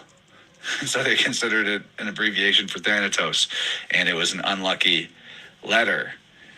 So I think all of that could be possibly in the mix with the Grateful Dead, especially that philologically T and TH can interchange with D. And so the Grateful Teth, the Grateful Dead, it's all there. Great show so far. Loving it. Oh, one other quick thing. There's a festival ground near here that is a pretty big event area that's run by Deadhead, a company called Deadhead Productions. And they have on the top of a hill overlooking the grounds an entire shrine to Jerry Garcia, as well as a big art installation wall that has passages from the Book of the Dead about Ra sailing his boat, and the Grateful Dead from the Egyptian Book of the Dead. So this Deadhead Productions group, they seem to definitely know something about the occult situation, and I even think that they might have some mafia type connections. Who knows? Interesting though. Excellent, dude. Dude, great points, Chance. Thank you, man. Yeah, that as was always awesome. I really appreciate that. Yeah. This is, I feel like I've talked about it for a couple years now. It would be really cool, even beyond a live stream or whatever. I think Deadhead, Grateful Dead artwork, the aesthetic, the symbolism, I mean, that sounds to me like a really interesting video. Oh gosh. That we can kind of get going at some point. We should do it. And then Chance is adding another layer to it that I obviously had not considered, but I think that this totally has legs, obviously. And so once you continue looking into it, there's just going to be other stuff to discover and find out with it. Yeah. And even some of the album covers that you've shown me too, I'm like, dude, there's a lot going on here. Yeah. There's usually like a Saturnian theme in some of them too. And then, again, as we were saying, very sexual too, a lot of them. Lots of like sperm, or there's like a subliminal vagina. There's a subliminal penis. There's like subliminal sperm. But if you really look at it, you see what's going on. But I think that would be really fun. And I just have to say for the record, I do like the Grateful Dead, and I always have had an affinity for them. And I know a lot of people, it's like they're kind of like a love-hate band. Like some people love them, some people hate them. There's like really no in between with them. So I have always appreciated a lot of their music, but when throughout the years learning all this information, I can see just the programming that goes along with it. And there is a kind of a saying sometimes that people will say is never trust a deadhead, because a lot of times there's a lot of, as I was talking about, the drug scene seemed to be a really big deal, and it's like people get burned and people get left behind and people get ripped off, and I think just a lot of things like that kind of took place. Gosh. But I'm sure there was a lot of beautiful things too. So no, absolutely. So just so you're aware, that's what theta looks like. The Greek letter that he's talking about. So yeah, dude, that is an absolutely loaded symbol right there. Yeah, it is. So I could totally see your point, 100%. So. And the 9. Yeah, the 9 connection is interesting too. Yeah, I like that. Right. Yeah, exactly. So, let's see what's going on with the rest of the comments real quick. Yeah, because people are asking questions, and I'm liking it. And I've seen some really good insights too from a few people. So let's see here. Another Chance comment. I saw this earlier too. No surprise, dude, at all, knowing the culture over there. Synthetic street drugs still come from Berkeley en masse. Makes sense. Yeah, absolutely. So I think we're a bit further up. So some new people too joining us. Thank you guys. We appreciate What's it. happening? 5-gallon fill up. So LSD was the weaponized alternative to psilocybin. LSD is a gateway to the eighth sphere. Psilocybin heals and reveals the glory of the creator. Is what he's saying. Oh, this is a good comment too, Jen. Solid. Free love is now love is love. Ah. That makes perfect sense, Dude, Jenny, yes. Good one. That's a really good one. That's a great one. Okay, Sarah's just saying, agreed. I feel like I've heard Emily Moyer say that pressure release valve sort of dynamic. That's accurate. Yeah. Yeah, it makes tons of sense. Yeah, Moonlander saying it's all bread and circuses. Maybe I'm just jaded. I think you're jaded, and that's also true though. So, yeah, peace sign was pushed heavy. That's interesting because when you look into the runes, algaes, it's more of a life sort of symbol. Looks very much like a tree of life sort of thing or whatever. Yeah. I know there's obviously multiple interpretations. It gets pretty deep with all of it. So Yeah. I'm definitely no expert. But when you turn it upside down, it's like a rune of death. Yeah. And so that's what people are putting everywhere. That's what the peace sign was. Yeah, that was the symbol of the hippie movement. Right. You know, one of the most iconic ones. And then also the peace sign. Yeah. So wait, I don't know if you're talking about the peace sign, like the symbol, or if you're talking about the peace sign. Like fingers. But the peace sign is also very interesting too, for a lot of different reasons. That was one of my first presentations, was kind of getting into the peace sign a little bit, right, and what that's all about. There's some beautiful things that you can kind of take away from it. Churchill used it as like a V for victory sort of thing. Apparently he got it from Crowley. And so there's an interesting history there, to say the least. And then I think Sarah G said this, that Jerry Garcia was the Stanley Kubrick of music. Oh, that's a good one, actually, because he really was. I mean, you can't deny too that's the thing with a lot of the music of the times, you know, whether they were CIA assets or whatever. I mean, gosh, some of them are brilliant musicians, you know, and they were in their positions that they were in for a reason. Well, and Chance right here is just saying known for being in intelligence circles. And then Stacy Sunshine says peace sign is division. Yeah, I mean, you can look at it. This is the one. This is the one split, you know?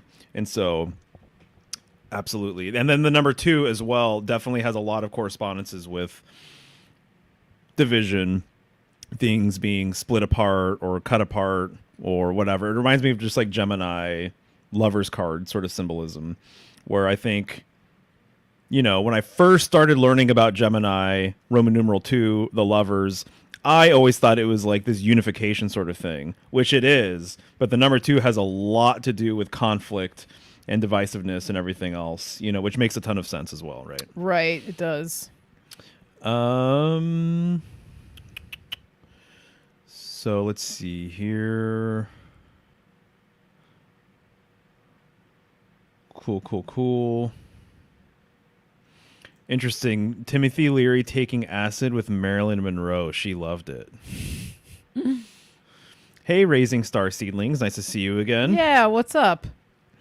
My Cherie, we didn't really talk about On the Road too much. I don't know if you have much to say about it, but you did mention it briefly earlier on. Yeah, we just talked about that being like kind of one of the motivations for the Merry like Pranksters. An anthem, yeah. An anthem for the pranksters. The Merry Pranksters really looked up to Jack Kerouac, and they idolized him. Right. Yeah, so there was some nostalgic sort of like trying to recreate that vibe of On the Road, and they weren't the only ones. No, they weren't. That's for sure. I don't even know much about Kerouac. I just know how influential his stuff was. Yeah, I never really got too into his stuff, but I did mostly just because of this information.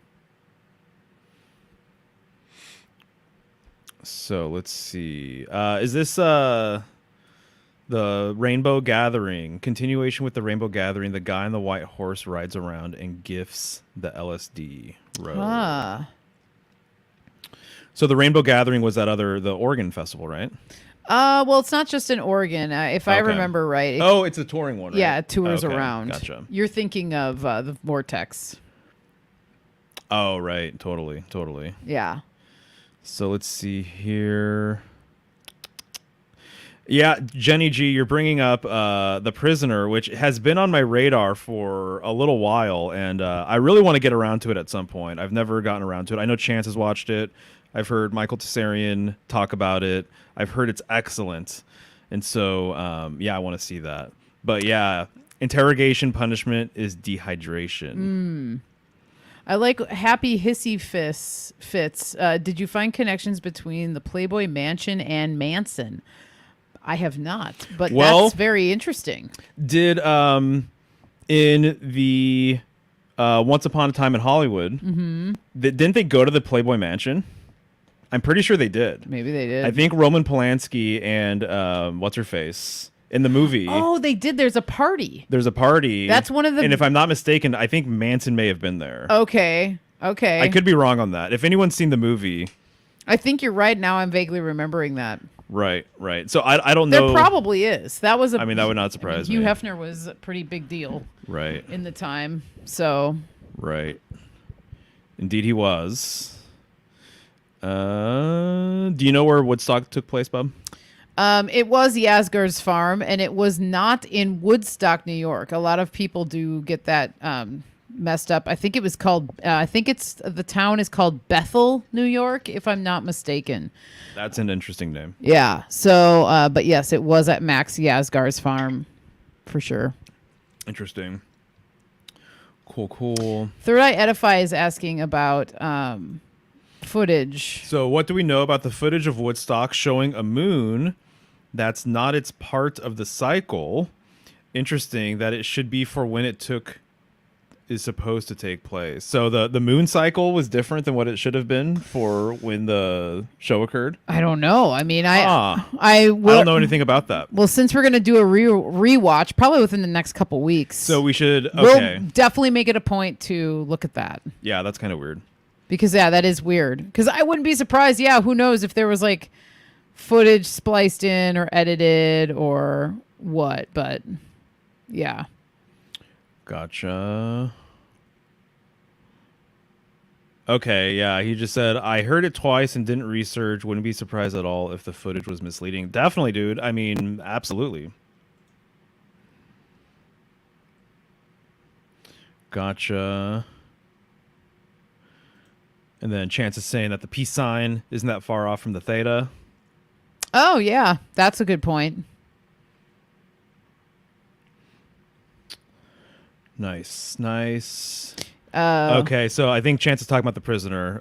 Watch it and let's do a decode series. That would be cool. I've heard so many good things about it, dude. I do want to watch it. And I bring it up like on a weekly basis to Michelle. Yeah, like on the nights where we're like, let's watch something. What should we watch? And I'm always like, what's that show that Chance has told us to watch? And then we talk about it and then we don't watch. And we watch something else or we don't watch anything at all. That's usually what ends up happening. Oh, polymathing. Interesting. Maybe it also ties in with Theta Thoth, Thomas Twin 2. Your thought is your own twin talking to you, the creator. Yeah, I mean, I can see that stuff too. That's a good interesting. point. I hadn't considered it until you brought it up, but I see what you're saying. Nice. Cool, guys. I think we're reaching the end here of the comments. Yeah, I mean, totally. Chance is just saying Woodstock seems like it was a production to make people have FOMO, fear of missing out, and then imitate what they saw on screen. Yeah, 100%, dude. Monkey see, monkey do. For it's sure. True. There was even artists. Joni Mitchell's famous for having interviews talking about how she could not make it to Woodstock and how desperate, how much she felt so left out. And she actually, the famous song Woodstock by Crosby, Stills, Nash and Young, she wrote that song. Oh, really? And so she wasn't even there, but wrote the song about it.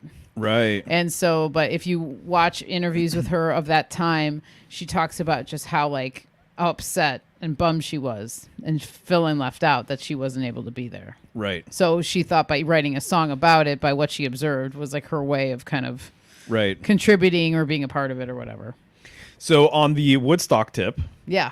One of the things that's kind of like a famous story about Woodstock is the fact that Santana played there and they weren't famous yet. Right. So they were kind of like, I'm sure in the Bay Area or whatever, they were starting to get some notoriety or maybe they had notoriety or whatever. They played the Trips Festival, by the way. Okay. before they were famous. Gotcha. Yeah. But their star hadn't ascended. Yeah, no. Quite yet. No, they got big more in the 70s, I would say. Right. And so they played Woodstock, and apparently, guess what? They took acid, and they thought they were going to be playing later on in the day. And turns out whatever logistical issue occurred, blah, blah, blah, some band couldn't make it or who knows what. I can't remember. But they ended up playing like not too long after they had taken the acid. And obviously it was such a huge opportunity. They just rolled with it. Right. And they played their asses off. And it's one of their best performances. It's so good. Yeah. The song is Soul Sacrifice is what they play. Right. And it's fucking it's you really, guys should definitely really check it out. good. If you guys haven't seen Santana play Woodstock, it's badass. It's badass. So good. It's so good. And it's really cool hearing Carlos Santana talk about it. And he was just saying like that he was like peaking and stuff during the set, and that he felt like his guitar was like getting away from him and stuff. That it was like a snake. It turned into a snake at one point. Like it was like an electric serpent or something like that. Yeah, and he was trying to like tame it. And he was trying to tame it. And dude, they were perfect. Oh my God. And then the bongo player or drummer or something like that was saying that he thought he saw God. He says that he saw God, like over the audience or something. And so that's the other thing too. Or there's another famous story about a baseball player. He was a pitcher, and he took acid, and something similar where I don't think he did it intentionally. He thought he had a day off or something. And so it was like some random Saturday. He thought he had the day off. So he took a hit of acid. Turns out he actually has a game. Wait, who is this? It's there's a famous video. Some people here have probably seen it, but there's a famous video online where they're talking to this pitcher, an actual MLB professional baseball player. Okay. And he talks about his no-hitter where he threw a perfect game. Oh, okay. And he was on acid. And because he was on acid. So he was in the zone. Right. He's focused. He was completely focused, and he was all nervous and stuff to do it and whatever, but he just channeled and was in flow, you know? So that's the other side of it too, you know, where it's just like people can kind of like, if you, just like any drug, I guess, you know, where it's just like, these are tools. And so you can use a hammer to build a home. You can use it to bash someone's brains in, you know? Right. And so it's just like, it's just one of those things. And so anyway, so whenever I think of Woodstock, I always think about that story though. And I think people should check out Carlos Santana talking about it because it's pretty epic and pretty cool. And when you listen to them and see them play, it kind of makes sense that they're tripping. It does make sense. Even then seeing like their facial expressions and things like that. And then it's just like, whoa, like what the hell did that feel like, you know? Oh yeah. Yeah. Probably pretty incredible, but obviously nerve-wracking all at the same time. So, well, speaking of feeling, what did that feel like? You know, I think it would make sense if we're going to have an acid episode, LSD episode, to talk about our own experiences here. Yeah, I think so. You know, so, and I'm always kind of curious too, just like with weed. It's like people say now, it's like, oh, this isn't the weed I smoked in the 70s or 80s or whatever. Right. You know, so it's like, is what we've taken, is how equivalent is that to what people were taking back in the day? Right. You know, way stronger, not as strong, you know, all that kind of stuff. Right. Maybe just before we get off the Woodstock thing real quick, there was also bad acid going around. Yeah, that was one of the psyop-y kind of feeling. And people things. just got sick, or did people die or anything crazy? I don't think anyone died from a bad trip, you know. Or bad acid. I think there was just freakouts. Like people just freaked out. And then they literally had like medical tents where they would tell people to go to. If you'd taken that bad acid, if you took the brown acid, it's bad. There's medical tents here, and here to help you or whatever. Right. You know, and that could easily have been, you know, just, you know, infiltrated into the crowds, and one person has a bunch of it and they give it out, and you know, that's what I think it was part of the experiment for sure. Well, also just one of the cultural things that's tied to acid is freaking out. Yeah. is having a bad trip. Right. Or like, do people usually associate like the people who do drugs and jump out a window or something? Is that mostly acid? Yeah, or like the famous one will be like, they'll jump off a roof or something like that. Right. Yeah. Right, exactly. Which in Wormwood, we found out that throwing people out of windows or off of a roof is a classic CIA technique. Yeah, and it's a classic suicide. It's a classic. Yeah, exactly. Yeah, like, oh, well, he just threw himself out of the window. And then, oh, really? Oh, yeah, he was just doing drugs. She was just doing drugs. And Right. then she freaked out, and then she got pushed, or she jumped off because she thought she could fly. Right. That's kind of the narrative. There's an Andy Warhol story with that. Oh, yeah? There's something associated with Andy Warhol, and a woman jumped out of a New York apartment that Andy Warhol and like the Velvet Underground were all in. And the story goes is that she was feeling so ridiculed by Andy Warhol or something like that. It's something weird like that. And that made her want to jump out of the window. Right. And there's also, you hear of like babies, like there's Eric Clapton it's famous for losing his son, and it fell out of a window of a hotel. It's like, how does your baby fall out of a window of a hotel? Right. What are you doing that your baby is crawling on a window and it falls to its death? His song Tears in Heaven is about him losing his son. Oh. So okay. that's the whole story with that. And it's, I mean, you could look it up online. I even remember as a kid, that footage being on the news. Yeah. So I don't know what the hell that's all about, but that's funny that you bring that up because that's one of the things I think of when I don't think of Eric Clapton often, but that is something, that's a story connected to him. Interesting. Mm-hmm. I don't think we need it reminds me of a few other like window suicide murder things, but we don't have to get into it. Yeah, we don't have to get too into it. There's another one though that happens in the 60s with that Vito Polakis guy, the dance troupe Hollywood guy. And that way his son died, supposedly, is that he fell through a window. Oh, dang. He fell through a glass ceiling. See, I mean, I could see why it would be overlooked. Yes. How can you argue that with somebody? Exactly. What are you going to do? What How do are you you going to find say? evidence that they got pushed out versus they voluntarily jumped out? Right. I know. So there's a lot of stuff like that with people falling out of windows and children falling out of windows to their death. Right. And that little boy, oh, God, I don't even want to know, I remember you. Yeah, I remember this. Yeah. They would give him LSD at like 2 years old and shit. And even when he was younger than that, they would give him LSD. So Jeez. That's the other dark side of this kind of stuff, which we don't have to go into all of that territory. But that is the other side of the LSD sexual revolution, that there were a lot of children around. People were having children. People were thinking that children could be and should be exposed to sexualization at an early age.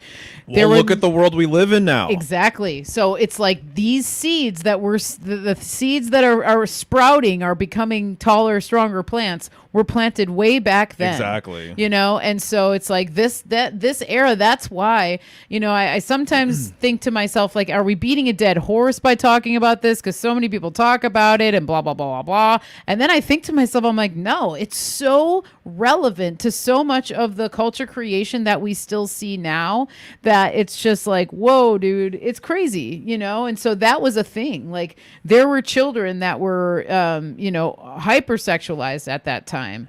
And they thought that they were doing a good thing because it was the free love movement and all that stuff. And so, oh no, my child should see us having sex, or they should know that it's just part of nature. This is what, whatever. It's natural or whatever, which it is, but it's like it can be easily perverted and twisted, especially, from a mind of a child. And then if you add on to that you're dosing them with LSD, there's going to be some repercussions for that. Right. You know, totally. So I sometimes think about that story with the Vito guy's baby falling out of the glass ceiling. It's almost like, I hate to even sound like this, but it's just like, God, he's probably better off that it ended like that for him somehow. That he imagine the repercussions and the damage done Yeah, it's psychologically messed up. and emotionally, that trauma that he probably, he was like passed around. There's stories that I've read when I've done research about Laurel Canyon where they talk about like that little boy used to be passed around physically in circles of people and kissed and stuff like that. And so it's like there's sick shit like that too. And they were giving these kids LSD, So anyway, Right. yeah, it's like there's all sorts of angles with it. Yeah, so there's a whole pedophilic angle to all this. Totally. So Right. Yeah, you're right. but yeah, and then in a lot of photos, you do see. I used to collect more books about this era, so just photography and all of that, and the amount of times you see a lot of children mixed in these party scenes and whatever, So anyway, but. So I was building up to personal experiments and experiences. Yeah, trip stories. Yeah, I guess. So I guess just to kind of like, this is just more personal stuff, really. Yeah. But it was helpful, though. I think that it was interesting to take it a few times or a handful of times. And I don't think we necessarily would have unless we knew somebody who was selling at the time. Yeah. And that was kind of his thing, basically. Yes. And so we had the opportunity. We took it, went camping one time with some friends, did it over there. That was interesting and cool. Did it together a couple times, also interesting. And I feel like we never took like a crazy, huge, heroic dose, though. No, I don't think. It was think kind of tame compared to probably a lot of other people, but... It was still, it was enjoyable. I feel like compared to mushrooms, it does feel a little more synthetic. I feel like mushrooms, to me, that's just my closest comparison personally. Mm-hmm. I feel like mushrooms have a little bit more of, there's more of a warmth to it. Yeah. And I do feel like there is more of an organic sort of thing. I feel like with acid, I don't know how to quite describe it, but it does feel slightly inorganic, synthetic sort of thing with the quality of the trip or whatever. Yeah, I would agree with that. There's like a mechanical sort of feeling to it.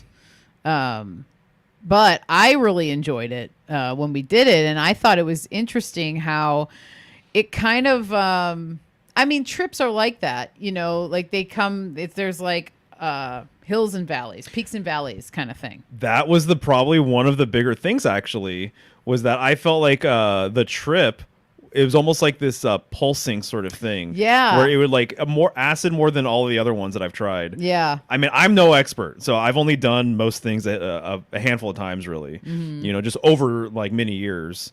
But I feel like with acid, you would almost like pulsate into it, and then you'd kind of get out of it to kind of eventually come back into it. There was more of this sort of thing, this wave sort of thing that you were riding. Yeah. And I remember specifically being on kind of like a lower wave, and because we actually took it together in my apartment. And so, and this was well over 10 years ago. Yeah. I mean, at this point. But I remember taking it and coming on like pretty strong and like having the overwhelming sense of love. Like that was my main emotion that I remember just continuously feeling, and then realizing like how much love there is, and that love is such an important thing in life, and feeling love and all of that kind of stuff. And then I remember at one of the points though where we were starting to feel like we were coming down or whatever, and then went on a walk, and we ended up smoking cannabis. We smoked a joint or whatever on the walk, and that was when stuff got weird. That's when things got really weird. Yeah, stuff got weird. Stuff got scarier. There was like it was the middle of the night too. It was the middle of the night. It was really late. Yeah, it was. It was probably like 2 a.m. or something. Yeah, we were walking around and whatever, and smoked and got like just freaked out basically. Yeah, I mean, I think paranoia. And I think paranoia, but there was like a particular person like walked past us or something. It was probably just a person. It probably was just a person, but like, he just But it felt epic and not ideal and not good. It felt bad, and I remember like walking back to my apartment, and we both were so cold, and we were like clutching each other, right, and like walking down the street. And then where I lived was on kind of a main drag street in Portland, and there was this car dealership that had an old car, like an old convertible car, and there was bamboo growing like inside of it, but in real life, like that was a real thing at the dealership. And it was in their parking lot, and they had just an old car, and there was bamboo in it, and we walked up on that thing, and it was like, whoa. It was like, what the hell? What's happening? Everything to me, whenever I trip and I'm walking, especially not in nature, but in the city. Whenever I trip in the city, everything feels to me like it's a stage. It feels like it's a set design. Everything feels fake. Nothing feels real for whatever reason. And I distinctly remember that on that walk home of just like coming across that car lot and everything just being like, what the hell? This feels like it's all like phony. It feels like it's like some sort of set design for like a play or a movie. And it kind of is. And it kind of is, yeah. You know, in its own way. It's like so palpable, though. It is. When I'm in that mind state, I guess. Yeah. Yeah. And I just remember the feeling of like, just get back to the apartment. Oh, God, just get back to the apartment. And then getting back. And then we got back and the sun was like coming up.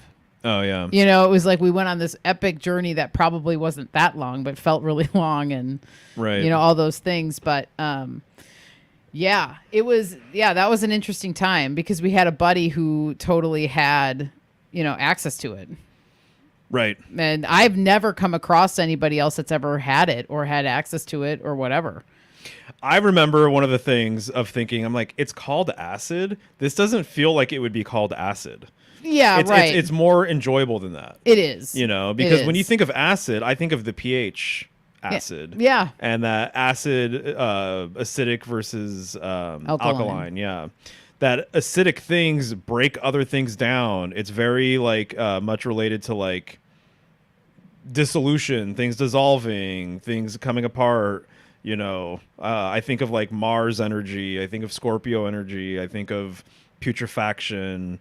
I think of burning, you know, and all that kind of stuff. And so, but yet if you take enough of acid, LSD, it kind of does that to your brain. Yeah, over a period of time. Yeah. You know, so it's just like maybe that's kind of the implication, or maybe that's sort of the thing with it or something. I don't know. Well, I also get the hunch, too, that all of the things you're describing, the breaking down, the burning, the this and that, you know, a lot of the acid stuff was about,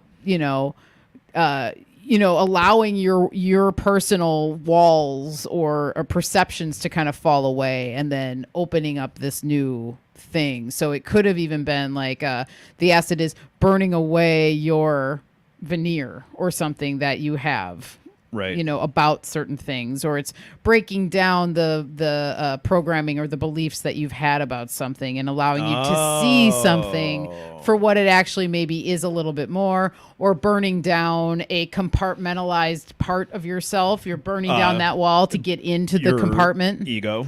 Yeah. Breaking down your ego. Breaking down the ego. Yep. You know, that I think that could have something to do with the name of it for sure. Right. Yeah. That's interesting. I had not considered that. Yeah. Well, it just made me think of it when you were saying all those things. Right. The way you're describing it, I'm like, well, that could be part of it. Totally. Because I would like to know, when did it start to become called acid and not LSD? Because I'm assuming they were calling it LSD, or even by its like full chemical name in the clinical settings, you know, were they calling it, did it just become a street name, acid, you know? I wonder too, these street names, are they actually street names, or are they intelligence names? Right. Do they come from the top down? Right. You know what I mean? Because they know when they introduce something, people are going to call it that many times over, and especially this community is aware of the power of names. Oh yes. You know, and naming conventions and everything else. So right. It's just one of those things where I wonder, it's like, was it called acid strategically, or literally is that like a slang term that kind of developed over time or whatever? Yeah, no. I could see either way. I can too. I can see both. Can definitely see both being a thing. Right. Jenny was saying that she likes acid over mushrooms because it's less gutty. she said, which is totally true. That yeah. that the mushrooms definitely have like a butterflies in the stomach sort of thing, which I kind of like. Yeah, it does, and yes, So she's totally right, but I could see why that wouldn't be the thing for someone. Right. Yeah, exactly. Yeah, because I mean, I think too, just like with psilocybin, LSD could be used in really helpful ways for people, and has been, it's totally, and so the remembering of those sorts of things too. And I'm pretty sure I've thought this with both mushrooms and acid. Man, I wish my parents would try this. Because it's like if you're taking a low dose, it can be very enjoyable. It can be very chill. It could be very enlightening. It could, all of these different things. And so I'm not promoting it as a daily sort of driver kind of thing, but just saying that people who've tried it, they know. And so it's just one of those things where it's like, I don't know. Giving my parents mushrooms or something, it's like, I don't have any qualms with that. Right. Not like I would. No, and you wouldn't sneak it to them. You would just tell them. I wouldn't put it in their Kool-Aid. Yeah, no, I don't think so. Right. So did you get around to most of the notes that you wanted to? I did, yeah. Okay, I'm going to check my notes, see if there's anything that I've left off the table, and then we can get to that, and then maybe we can check the chat, see what's going on.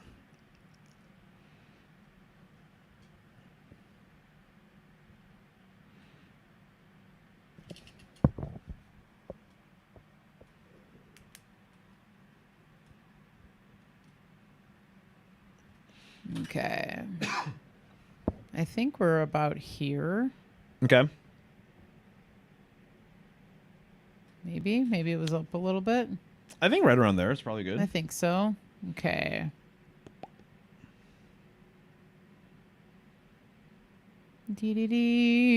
Yeah. Soul Sacrifice. Someone hit Juan's soundboard. That's funny. What the fuck? Yeah, totally. Yeah, I know. Soul Sacrifice. And there they were, just thrown on the stage. Yeah, exactly. All right. Let's see.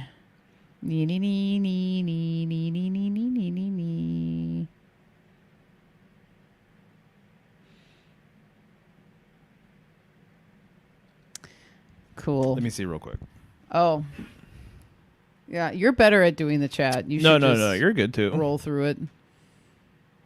So let's see. All right. Happy Hissy Fit says that Wormwood doc was solid. Highly recommend. Yeah. It was interesting. It was really good. And well done too. For sure. What's up, Still Standing? Hello, Still Standing. Glad you like the shampoo. Awesome. Okay, yeah. So Jenny was just telling a story about how she took some old acid and she thought maybe that it had gone bad, but apparently it doesn't go bad. I didn't know that, but that makes sense. That's funny. Yeah, then Polymathing's just saying, my first LSD trip was similar and turned bizarro world when I smoked a joint. Yeah. It's one of my favorite things to do on a trip, actually. When it's coming down, is just to smoke a joint, and then you just get that extra bump or whatever. Especially with mushrooms. I think mushrooms and cannabis go really well together. It did get kind of volatile for us. It got weird. It did get weird. It got strange. Just like we said. Yes, so glad to hear that we weren't alone in Sarah that. Saying, acid on the New York City subway, not recommended. Oh, I could see that. Yeah, I could see that being not fun. Even just going on the subways, barely recommended. Yeah, oh my God. I do like New York though, and I like the subways. It's an interesting thing. I'm just saying, everybody knows that it can get pretty grimy and weird. Yeah. So people are just sharing their stories. So Sweet. Jenny's just saying, like, later in life I had a blast in the woods with some friends at a festival with liquid acid. It was my favorite. I like the less gutty experience of LSD than with mushrooms. Yeah, man. I mean, yeah, absolutely. You can have a great time with it. For sure. It's been a long time for us, but I did the same on first acid trip. This has been took 2 because I thought it wasn't working. Woke up in the middle of a neon dance floor deep in the forest. The guy I took it with ended up in the psychiatric ward. Oh, snap. Yeah, I could see that too. So Ben is saying, I prefer DMT. We actually tried it for the first time earlier this year or later last year. It was Thanksgiving time last year. Yeah, so Thanksgiving time, and it was the pen-based one, and it didn't work on us for some reason. I didn't really care for the way it made me feel personally because I got a headache. I got a headache from it and stuff. Our friend said she felt it for a few minutes. She looks like she actually genuinely did too. Oh yeah, you could tell she totally felt something, but for whatever reason, it didn't do much for either of us. But I would like to try it. You know. Yeah, I think that from a good source that we know is whatever. Totally. All right. Indeed. All right.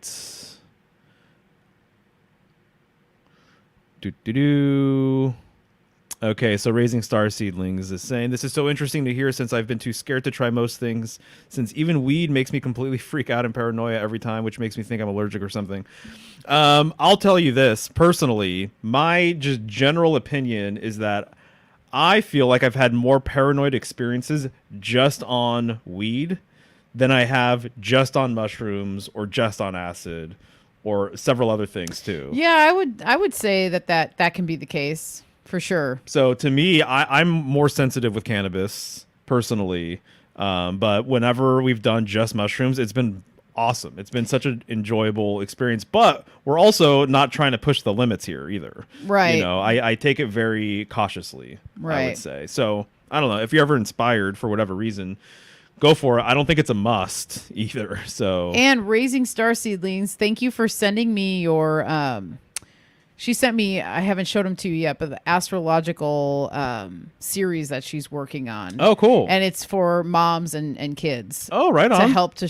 that's a great idea. Yeah, so shout out because, and I'll show Mario after we get off of the show, but wanted to let you know, if you're still here, it looked really great. I know I told you that in messages, but excited for you to put that out into the world. It's very cool. That's awesome.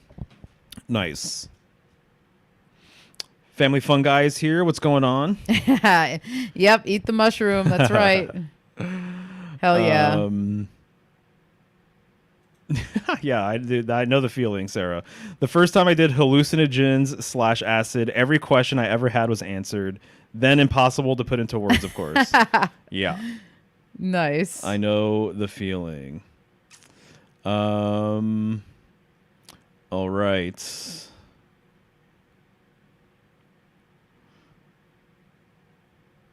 Very cool, guys.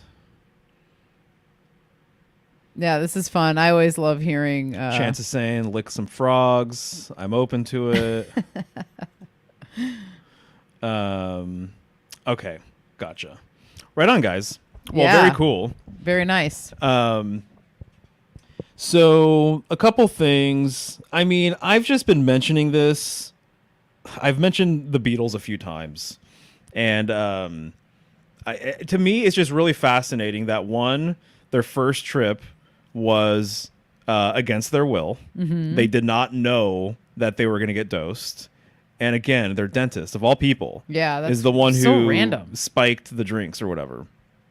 And then the other thing is that I've been talking about, because it's so crazy how it overlaps perfectly with the 60s, is how the Beatles started off in black and white, skinny ties, mop top, whatever, teeny bopper style, and all of that.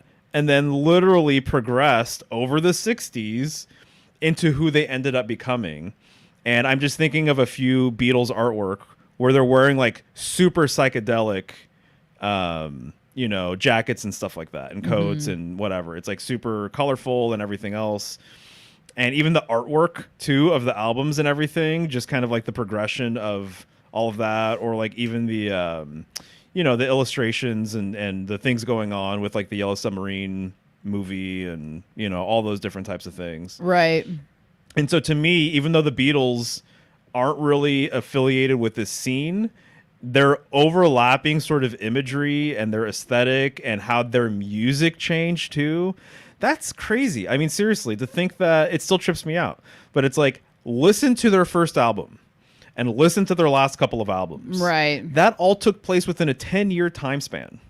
Or less, I think. I looked it up the other day again. Okay, yeah. But like within a 10-year time span, over the 60s, That's how much they changed over a decade, you know? And so to me, it's like, it kind of mirrors the exact same thing that the culture creators wanted out of the 60s. Of taking us from the 50s and knowing what the 50s generally just like what things looked like and how people dressed and acted and what people listened to now the end excuse me. Okay. Now to the end of the 60s and how people dressed and what was popular and what people were doing and everything else. It's like a complete sea change, you know, Right. in a lot of ways. It's a progression, of course, but there's so many differences, you know, between the late 50s and the late 60s. Oh yeah. Right? Or the early 60s and the early 70s. Right. Yeah. And so one of the stories I've heard with the Beatles is that what happened was they went to India. So how many famous people got into meditation and, you know, Eastern philosophy and all this kind of stuff over Right. the 60s as well, right? Oh yeah. Tons. That's a whole conversation too. Yeah. With all that stuff. And so apparently what happened was, I don't know what year, but the Beatles got a guru and they went to India. And specifically, they went to a place called Rishikesh, which I've been to. And they stayed in an ashram, which I've also been to, which was kind of interesting too, because it was just interesting. It attracted a lot of interesting bohemian, hippie-ish, new agey type people and whatever. And it's completely run down. There's no running water. It's all trash. Right. You know, but the ashram, some of the buildings are still there and everything. So you can still go there and check it out and stuff, but it's not functional or whatever. And so apparently they got to India and they landed, and it's customary for, I guess at the time, which is pretty cool, it's customary that visitors to the ashram basically get sewn custom outfits. And so that's just like what happens. And so you get sewn custom outfits, and they got there and they were talking to, I guess, the Indian seamstress. And in India, textiles are huge and super cheap.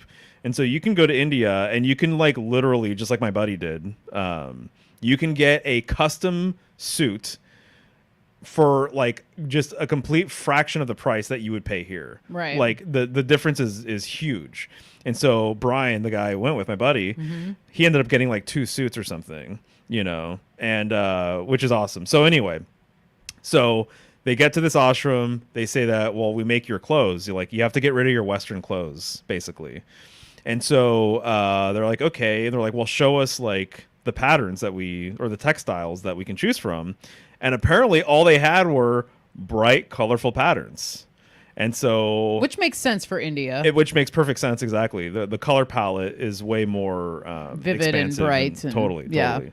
And so anyway, so they're like, okay, cool. So this is the official story, I guess. I don't know how true it is or whatever. But apparently they picked the patterns, and then that's literally like, there's a few famous photos of the Beatles, and they're wearing this psychedelic sort of bright outfits and stuff. It's from the ashram in India. And so then when they came home and they were wearing this stuff, it became part of the vibe. It became part of the scene.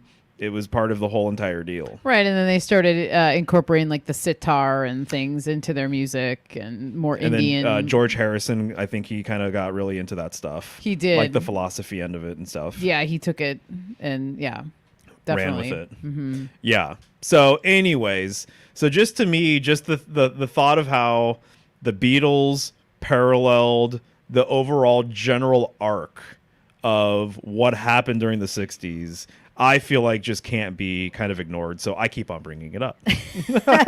No, I mean, it's a good point because it's such a stark contrast, you know, from beginning to end with their careers and stuff. Right. What happens and the way they look and their moods and their lyrics and everything. So when the Beatles, I mean, that's what happened is like, oh, they have mustaches now. Oh, they have long hair now. Oh, it looks like this or looks like that. It's like when they do that and their photos get out there and the magazines, the teeny bopper magazines or the television appearances start rolling in and all that, it changes society. It changes humanity. That's how popular they were, you know? Yeah. And we know that they were completely an agenda band.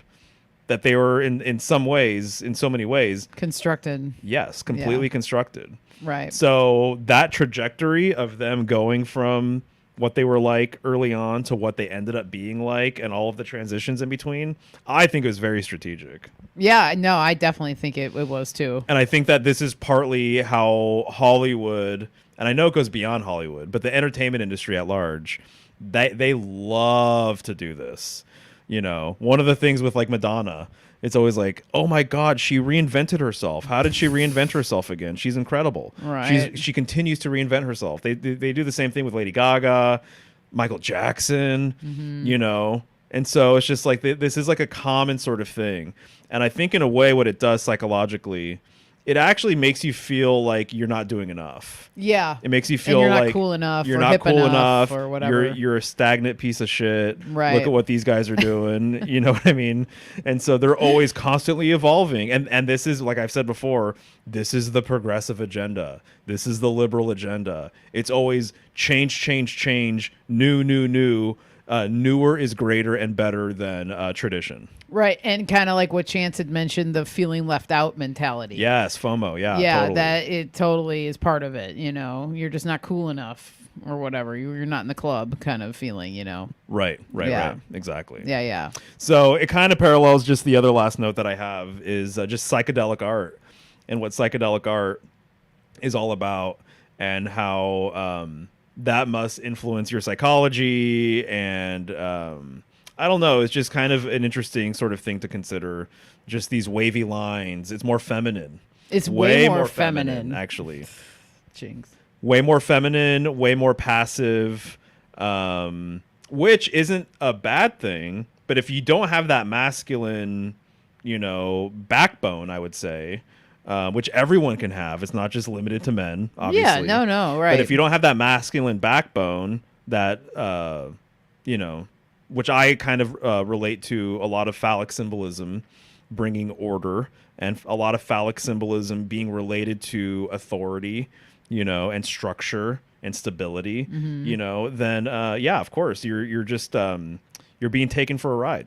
Because you're just going to do what everyone else is doing. And you're just going to be kind of wafted back and forth. And it's like, yes, it's important to go with the flow, but to not let the current guide you so much so that you don't have control, you know. Right. You know, it's that moment when you're in deep water and you're in a current and you realize you can't touch the bottom. Right. Like there's a moment where you are, you know, you're at the mercy of that moment, you know, and you have to not panic and try and be calm. Totally. You know, and if you don't have that rootedness, even if you don't have roots in that moment, if you don't have that within you, or you're not practicing it, because I feel like we all have the ability to be that way, but if you're not practicing it on a regular basis and you can't talk yourself and remind yourself that you can be in control and not panic in a moment like that, you know, that's when shit can really go bad.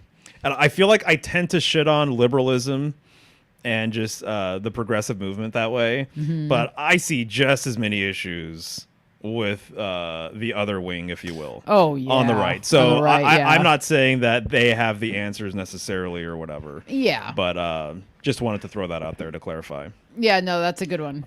I'm happy to shit on both sides. So I'm okay with that. Yeah, I think it's definitely needed. Right. Or definitely necessary. So let's check the chat one last time, and then we can land this ship. Thank you guys for hanging. This was fun. Yeah, this was a good one.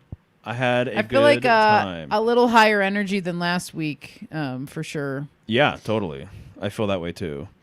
Alrighty.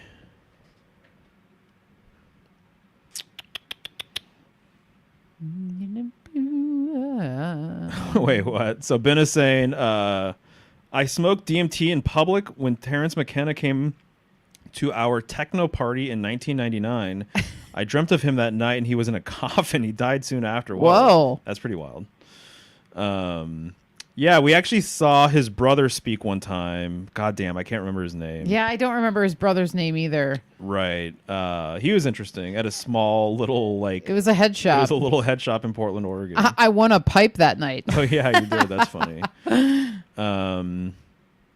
All right. But at that chat with McKenna's brother, that's where I learned that salvia does not like to be ignited on fire. Right. And it's a water plant, and it wants to be made into tea. And then learning later that traditionally in Mexico, that's how they'll consume it. They either just eat the leaves straight up, they'll like keep them in their mouth, or they make tea with it.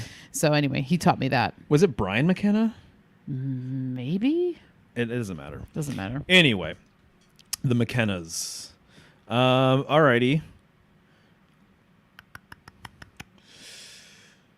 Gotcha. Thank you guys. Yeah, the Beatles' Tomorrow Never Knows, polymathing. That's a great song. Okay. Chance is emphasizing one last time that we have to watch The Prisoner. I'm down to. All right, maybe we'll watch it tonight. We really should get on it. Or start it. Or soon enough. Yeah, totally. I'll let you know, dude. If we watch it, I'll hit you up. Thank you guys so much. This was fun. Oh, thanks, Jenny. Very cool that you remembered that. Oh, yeah, that's nice you remembered. July 2nd. That's right. Thank you, guys. Very cool. Dennis McKenna. Okay, cool. Thank you. Right, polymathing. Yeah, exactly. That's who we ended up seeing. So, interesting guy. But with that said,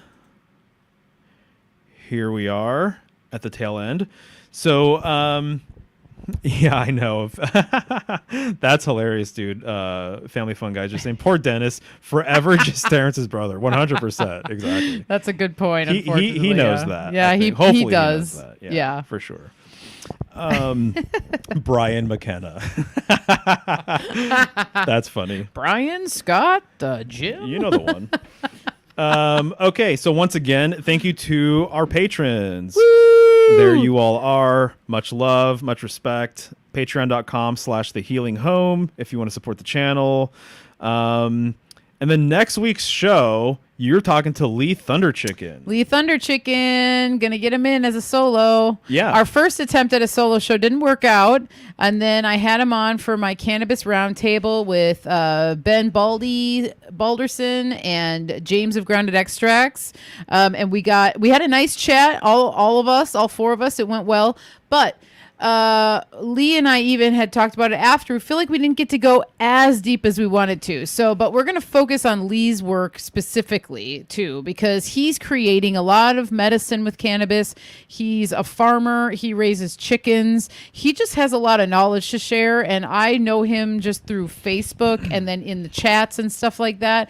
And I've learned a lot from him just through those mediums. When we did do our roundtable, I was like, yeah, we need to do a solo show at some point because I know he just has a lot to share. So next week, Tuesday. Very cool. On the 4th of July at 4 p.m. It'll be me and Lee. And then the day before that episode, my new Full Moon Offering newsletter will come out. So that'll be on July 3rd. As usual, all the patrons will get the newsletter, the offering a day ahead of time before everybody else on the newsletter in case they're wanting to really get to it. That's one of the perks of a patrons for my channel. Right. Excuse me. I still have a few bars of soap left. No more shampoo. Shampoo sold pretty quickly this go round. So mugwort earth hag soap is left and calendula salt soap. And I gotta say, I really love both of these soaps. And we talk about the salt soap a lot. The mugwort earth hag soap is really wonderful because I put black walnut husk into it, the powder. Mm-hmm. And so that acts as an exfoliator. And I find this soap I really love it. It came out really nice. And so I love the combination of the scent and the black walnut with the mugwort. So really wonderful for troubled skin. It's great. It's just a great bar just to use daily. But if you're having any kind of issues with like eczema or dermatitis or maybe like a fungal thing, it could be good for that. It could be a good facial bar, but it's just a good overall soap. So that one's really lovely. Totally. Really happy. You're getting about better at it. And people really like it. Yeah, people seem to really like the soap, and I love it. I love making it. So yeah, it's all in all, it makes sense. So up here on the screen, you see my current menu. I want to just shout out my CBD and St. John's wort massage and body oil because that stuff is really great, and I have one bottle left, and it's one of my favorite body oils, and it's as it says, a massage and a body oil. So you can use it for massage, but you can also use it as an oil, like just a daily moisturizer thing. And it's really wonderful too. And there's jojoba oil in there as well. And it's got a really nice scent to it. So very relaxing, very wonderful for before bed. Nice. And then if you guys want to order anything or have questions about consultations, want to set one of those up, you can do so at michelleshealinghome@gmail.com. That's her email address, michelleshealinghome.com, or you can call or text her at 503-568-1569. Also, we are working on a store for the site. Yes. And so that's going to be something that we're going to be launching at some point. I would probably guess within the next month or two. That's what I think we'll be able to get it done within the next couple of months. So people can order still, I think, through email and all the other previous options. But it's just we've grown to the point where we really just need a shop, which you've had before. I have. And we've decided not to do it for a healing home. But I just think that that's the move now. Yeah, now at the point where we're at, which is awesome. I'm very grateful. Yeah, it's a good step. There's enough orders coming through where I think having a store will help me to actually, it'll just be easier for everybody. It's more streamlined, easier to keep track of things too. And yeah, so that'll be awesome to have. Totally. And then you just had the show with Mary Beth. Yes, Mary Beth Sanchez of the Growcast podcast was on Tuesday. We had a really nice chat. I really do think that her and I have quite a bit of crossover in terms of knowledge and interest and stuff like that. She's a like an integrated pest management specialist, which I don't have that much knowledge on, but in terms of just being interested in plants and gardening and the way plants work and how to grow the healthiest plants that you can possibly grow, I felt like we had a really good conversation about that kind of stuff. So check that out. You can watch it on YouTube, but you could also check it out on Spotify, and it's also on Apple Podcasts, and it's also on iHeartRadio. Totally. Which, by the way, I actually put that in here. Oh, cool. Thank you. So just as a reminder in case you didn't bring it up or whatever. Yeah. But that's so exciting to me. I think it's awesome that you're finally out there on all the platforms. Yeah. A real proper podcast. It's true. Not just on YouTube. Yeah. No, thank you. And you encouraged me to do it. And I'm really excited about that too, because it is cool. And I've always wanted to be able to just have the podcast stuff figured out. And so it was just about uploading all the episodes and That's right. and doing it. What do you know? Just do the do, and then there it is. So yeah, Totally. very cool. And then this is a thumbnail for the chat I'm going to have tomorrow with Tattoo Dave. Nice. About the Spanish line of tarot. Ooh. So he's aware of shit that I'm not aware of with the tarot. And that there's what is referred to as, he's educating me, so this is like new stuff, but basically there are tarot decks that follow the Golden Dawn system, which is more of a continental or English system. And then there's a Spanish line of tarot that they have different correspondences with things, and they see the major arcana differently. They see even the elemental correspondence with certain things differently. So as an example here, this is the Justice card, which they correspond with Cancer.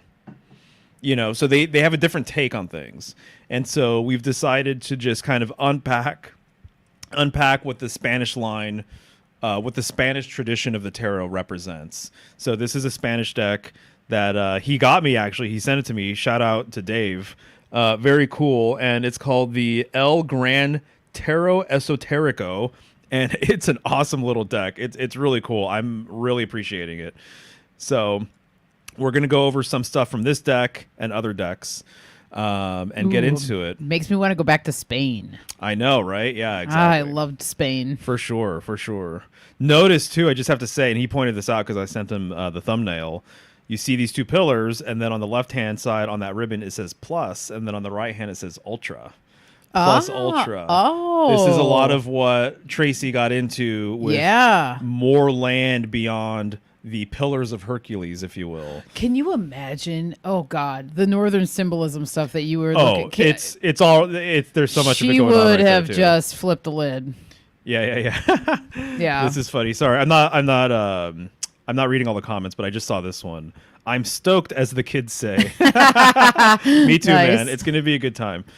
So, anyway, so there's that. And then also, just want to let people know that I did do a stream on the fleur-de-lis. So, the symbolic secrets of the fleur-de-lis. And I did a presentation for Old World Florida, Dr. Narcolongo, and Juan on Monday. And it was awesome. It was fun. I had a really good time. I think it came out really well. I'm probably going to turn this into, I think, a separate video or even a separate presentation, because the insights I've gotten from some other people and then also from some of the stuff I had been reading recently that I did not put in there, I'm like, man, I really, I feel like there's like a part 2 in me or something along the lines of that, you know, Oh, yeah, I a think 1.5 presentation, just like a little stepped up evolution of what I was talking about. So anyways, I might do that, but it's already out there online if people want to check that out. So I think that'll do it. Nice. So much love, guys. Yeah. We appreciate you. And we hope you guys have a good weekend. Yeah, of course. And thanks for all the comments in the chat and you guys hanging out. It's been awesome. And Binna, I got your email and I will get back to you tonight or tomorrow. So thanks for reaching out. Appreciate it. Hell yeah. All right. Until next time. All right. Take care. Adios, y'all.